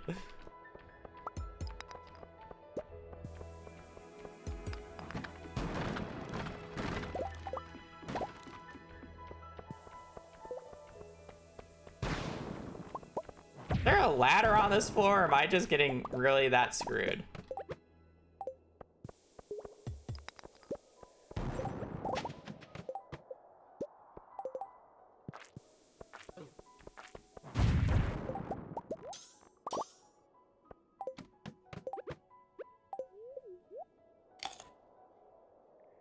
Wait for the golden chicken one. I'm not doing the golden chicken one. Too much prep, too much setup. I have no intent of doing that again. If I didn't break the integer limit, I probably would have done it again. But the fact that I broke the integer limit means I don't really need to do it again. Because I don't actually care about how much I can make in 24 hours. I cared about reaching the integer limit in 24 hours.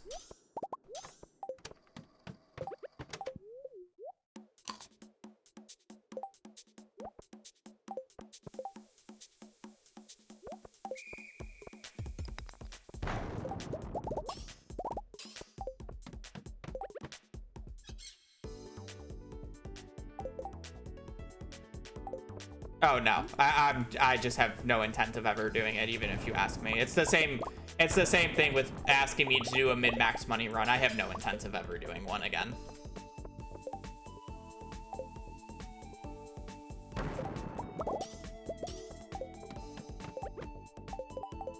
Like, literally, unless if you're like literally giving me a huge sum of money to make me want to do it, then I'm not gonna do it. And when I say a huge sum of money, I probably mean like over $500 to make me do it. I just have no intent.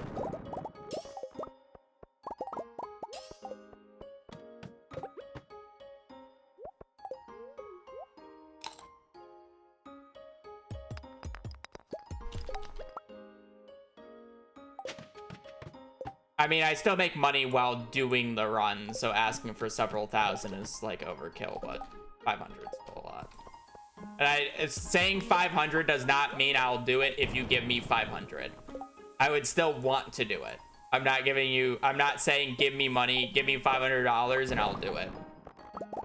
I'm giving an example.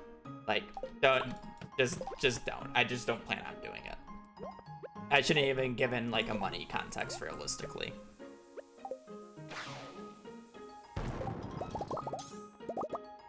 Giving the money context was more just the show about the fact that it's like, you can't persuade me to do it. I will only do it if like I'm actually paid for it.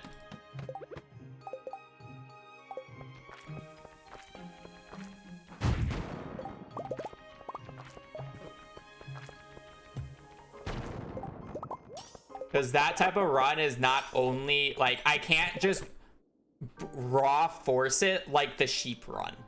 That run, I have to get a seed. I have to plan the seed. I have to do the entire seed and execute it. And then I still have to sleep for 8 hours straight in the fucking coop again. So honestly, yeah, it should probably be multiple $1,000s just because of the pre-planning. So I can actually like pay Blade to find me a seed. Or whoever wants to do it, because I'm not finding myself a seed.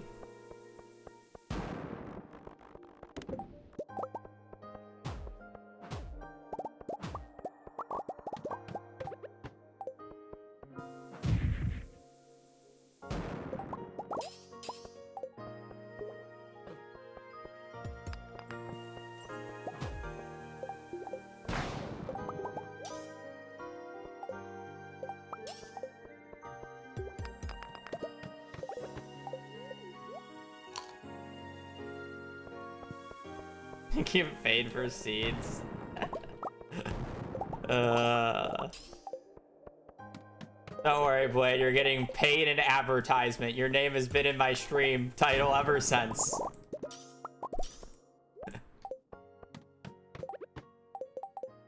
Don't you worry about it. 862790006. That'll be $200,000. Paid in exposure.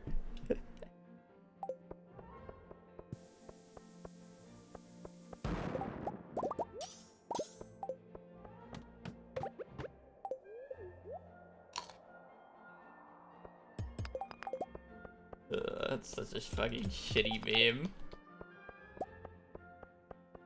It's such a shitty joke because people unironically do that.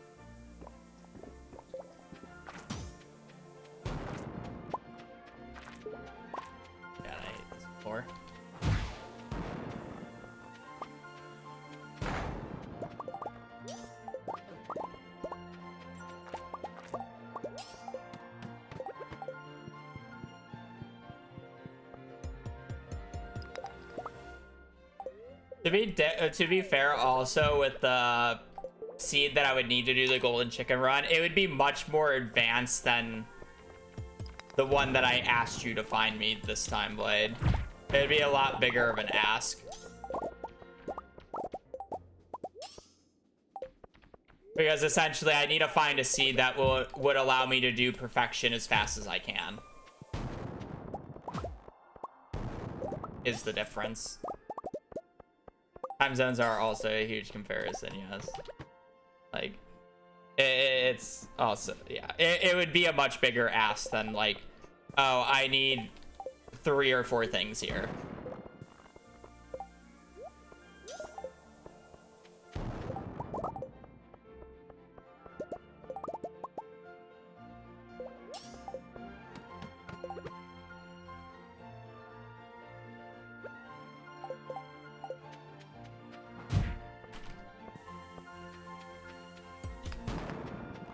The only time I can watch Blade is literally when I wake up in the middle of the night and I see he's streaming.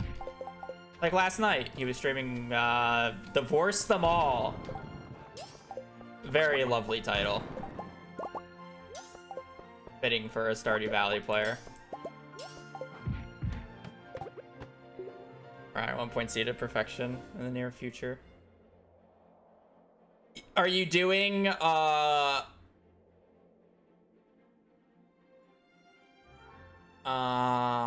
no, you wouldn't. Are you doing true perfection or Joja perfection? Because mine would be Joja. Like where we would just buy the waivers to do it. The worst run you can think of, true. The worst run for me to think of, because of how I would do it, would be boring as fuck.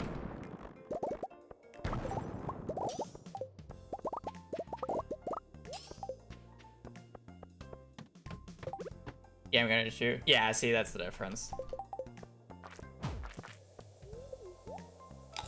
Because it's like, I just need to bypass everything to get to golden chickens.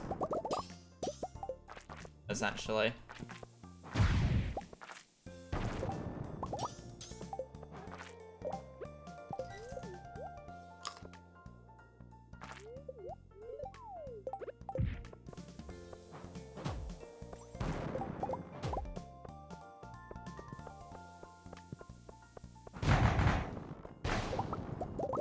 Oh man, I love my 2-floor drop shafts.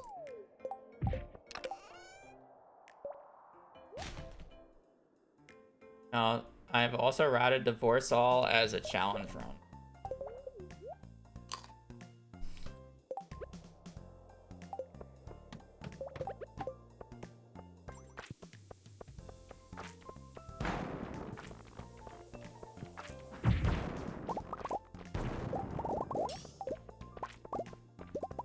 I'm still waiting for the run where I get 2 lucky rings and have to double ring swap.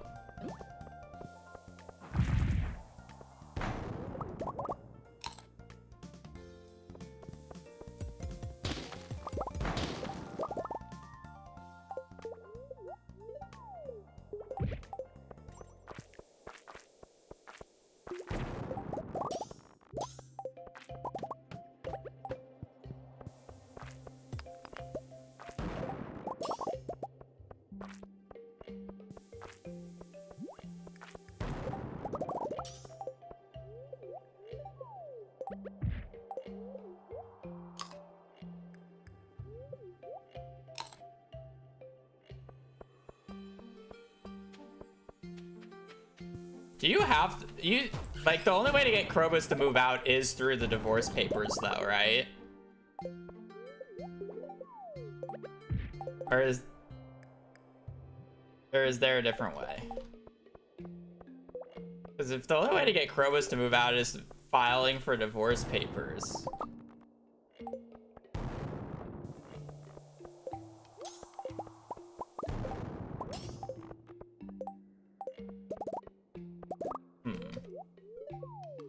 That mean they know of his existence?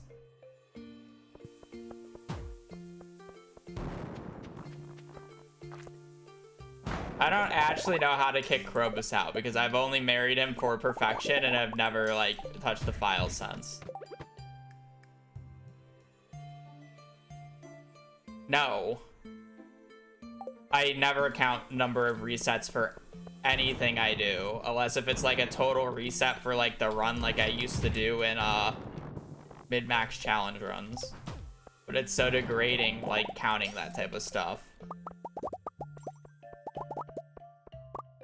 Like I don't need to know that I've reset this day like 20, 30 times.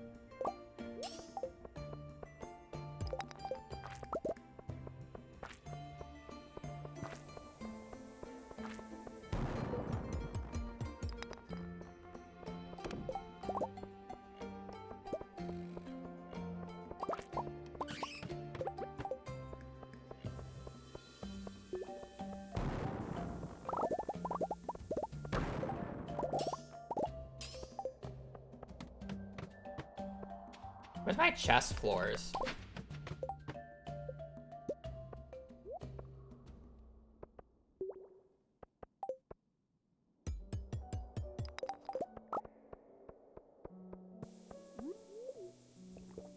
I got this goddamn luck ring on and I'm not getting any goddamn chest floors for it.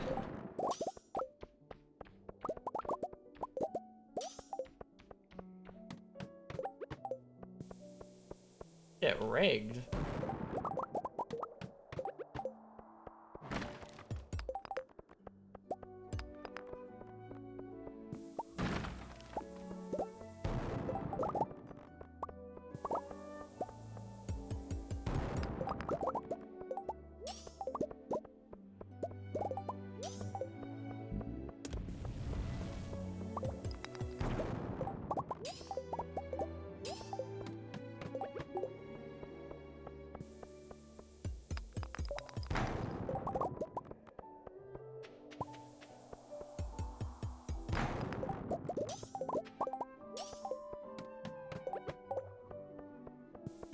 I remember when luck rings were bugged.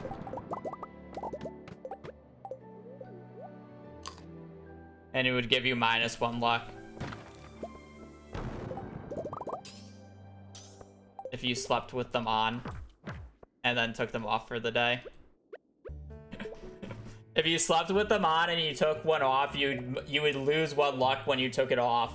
So your resting luck was 1.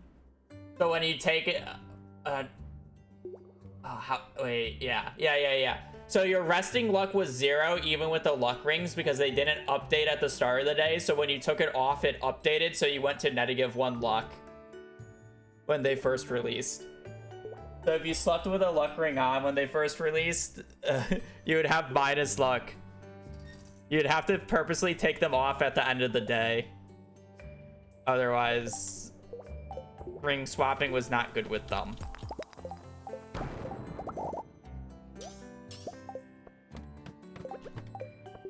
I forget the exact details, but it's something like that. I know your luck would go negative.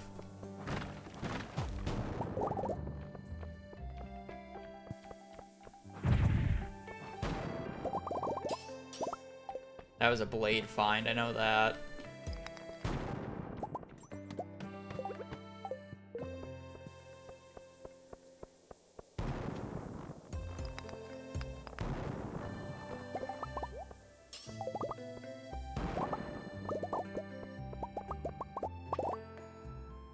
buff from the ring was held in a field that got cleared overnight. Yeah, okay.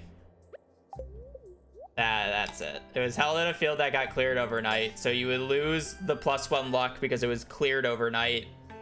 And then when you take it off, because you take it off, you lose the 1 luck. So you go -1. So if you wanted to have neutral luck throughout the day, you had to keep the ring on. And then you basically would gain no effect from having the ring.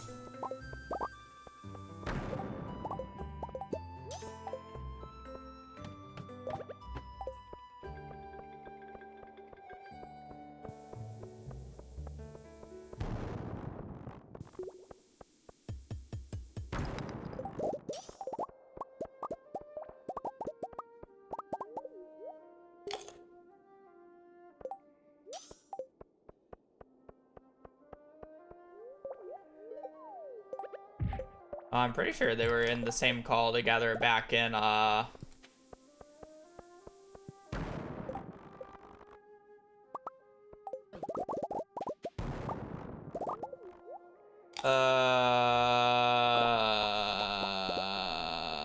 Stardew Valley Cup. I think he was in the after party call.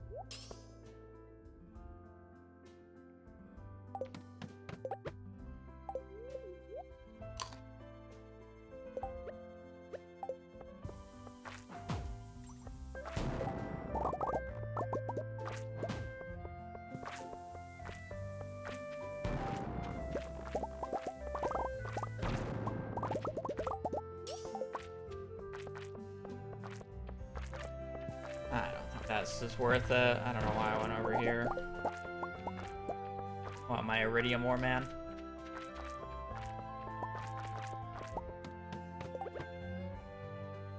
Quality bobbers did literally nothing on release. Got all of that.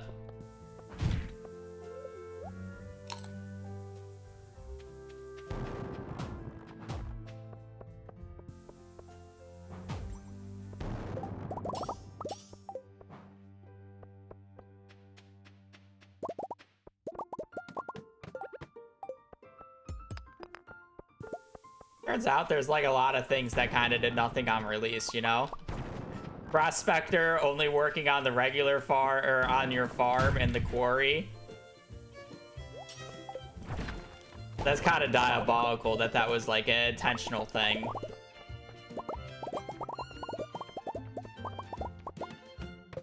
Like that was intentional, by the way. I keep forgetting to switch the ring. That was like a deliberate choice.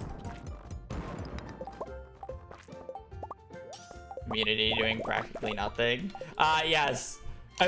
When immunity up until 1.5.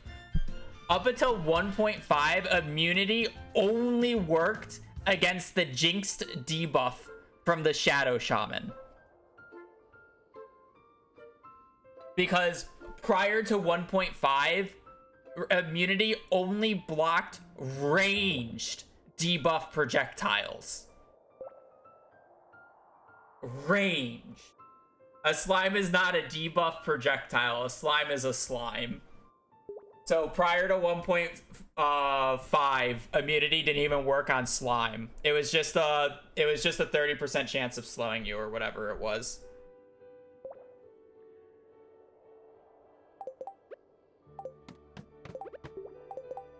With the addition of the magma sparklers, though, CA made it so that any debuff is affected by immunity. So that was the change.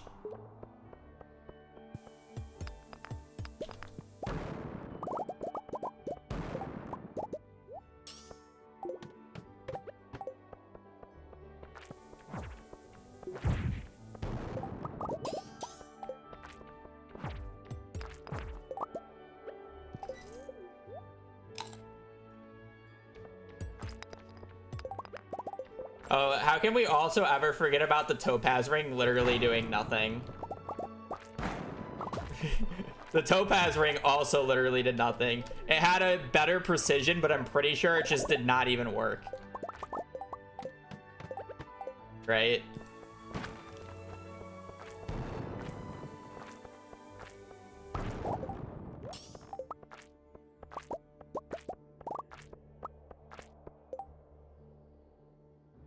Precision just isn't something that was implemented. Yeah, that was crazy.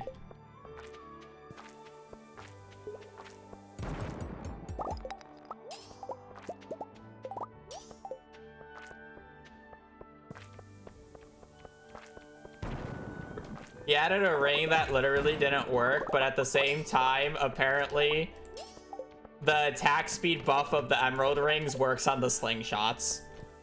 Which is crazy that that's a thing.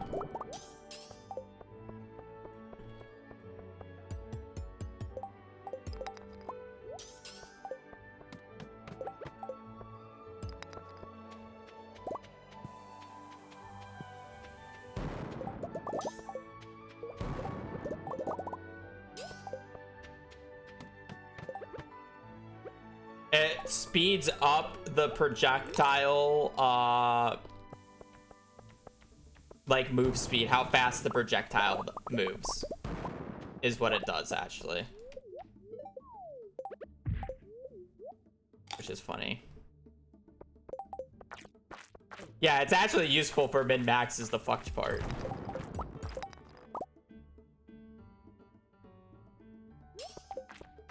Like, it's actually meta.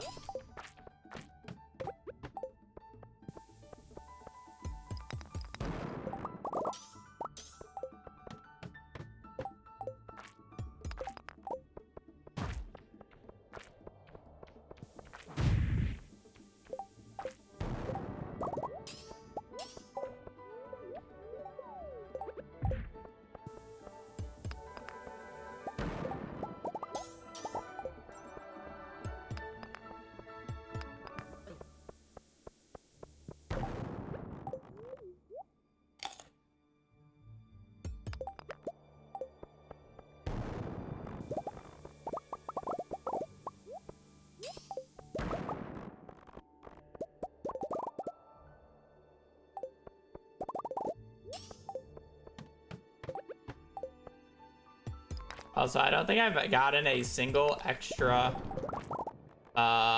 chest floor with this ring. I'm not gonna lie.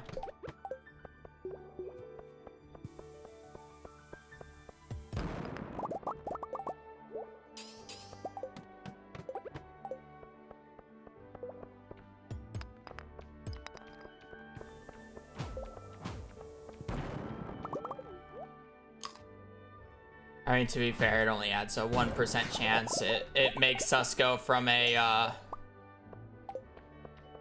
2.3% chance of getting a chest floor to a 3.3 each floor.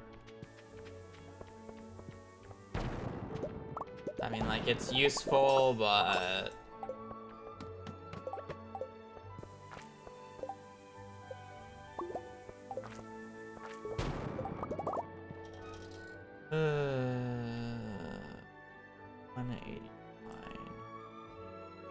floors.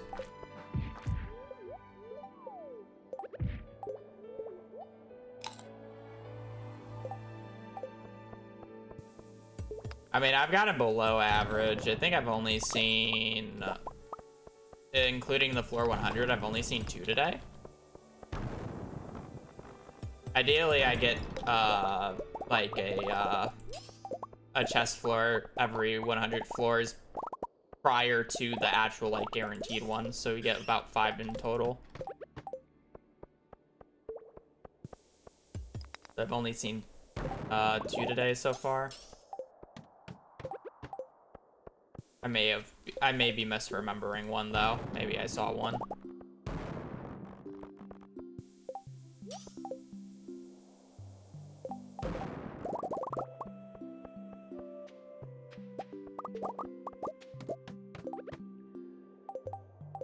There's also the case of me just forgetting to equip the ring, so I'm actually losing quite a bit of odds, but...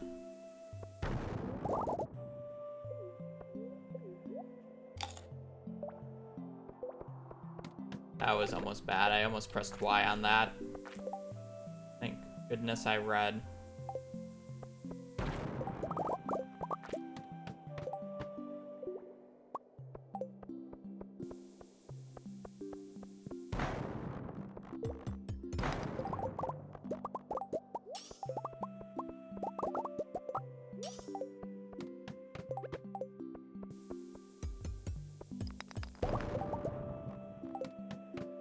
Oh. Early. No. Well, I actually have quite a bit of ladders this time to spend. Because I really did not use any ladders on the way down.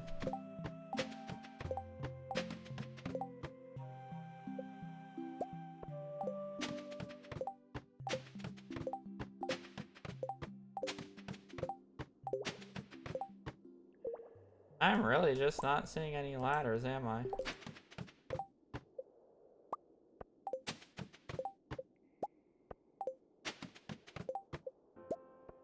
Good luck ring my ass.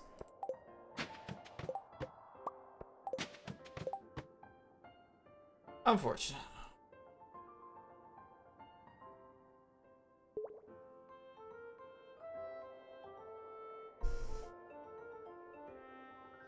No food ladder classic. Yeah. Good. I don't think we're gonna do another attempt. Go get food.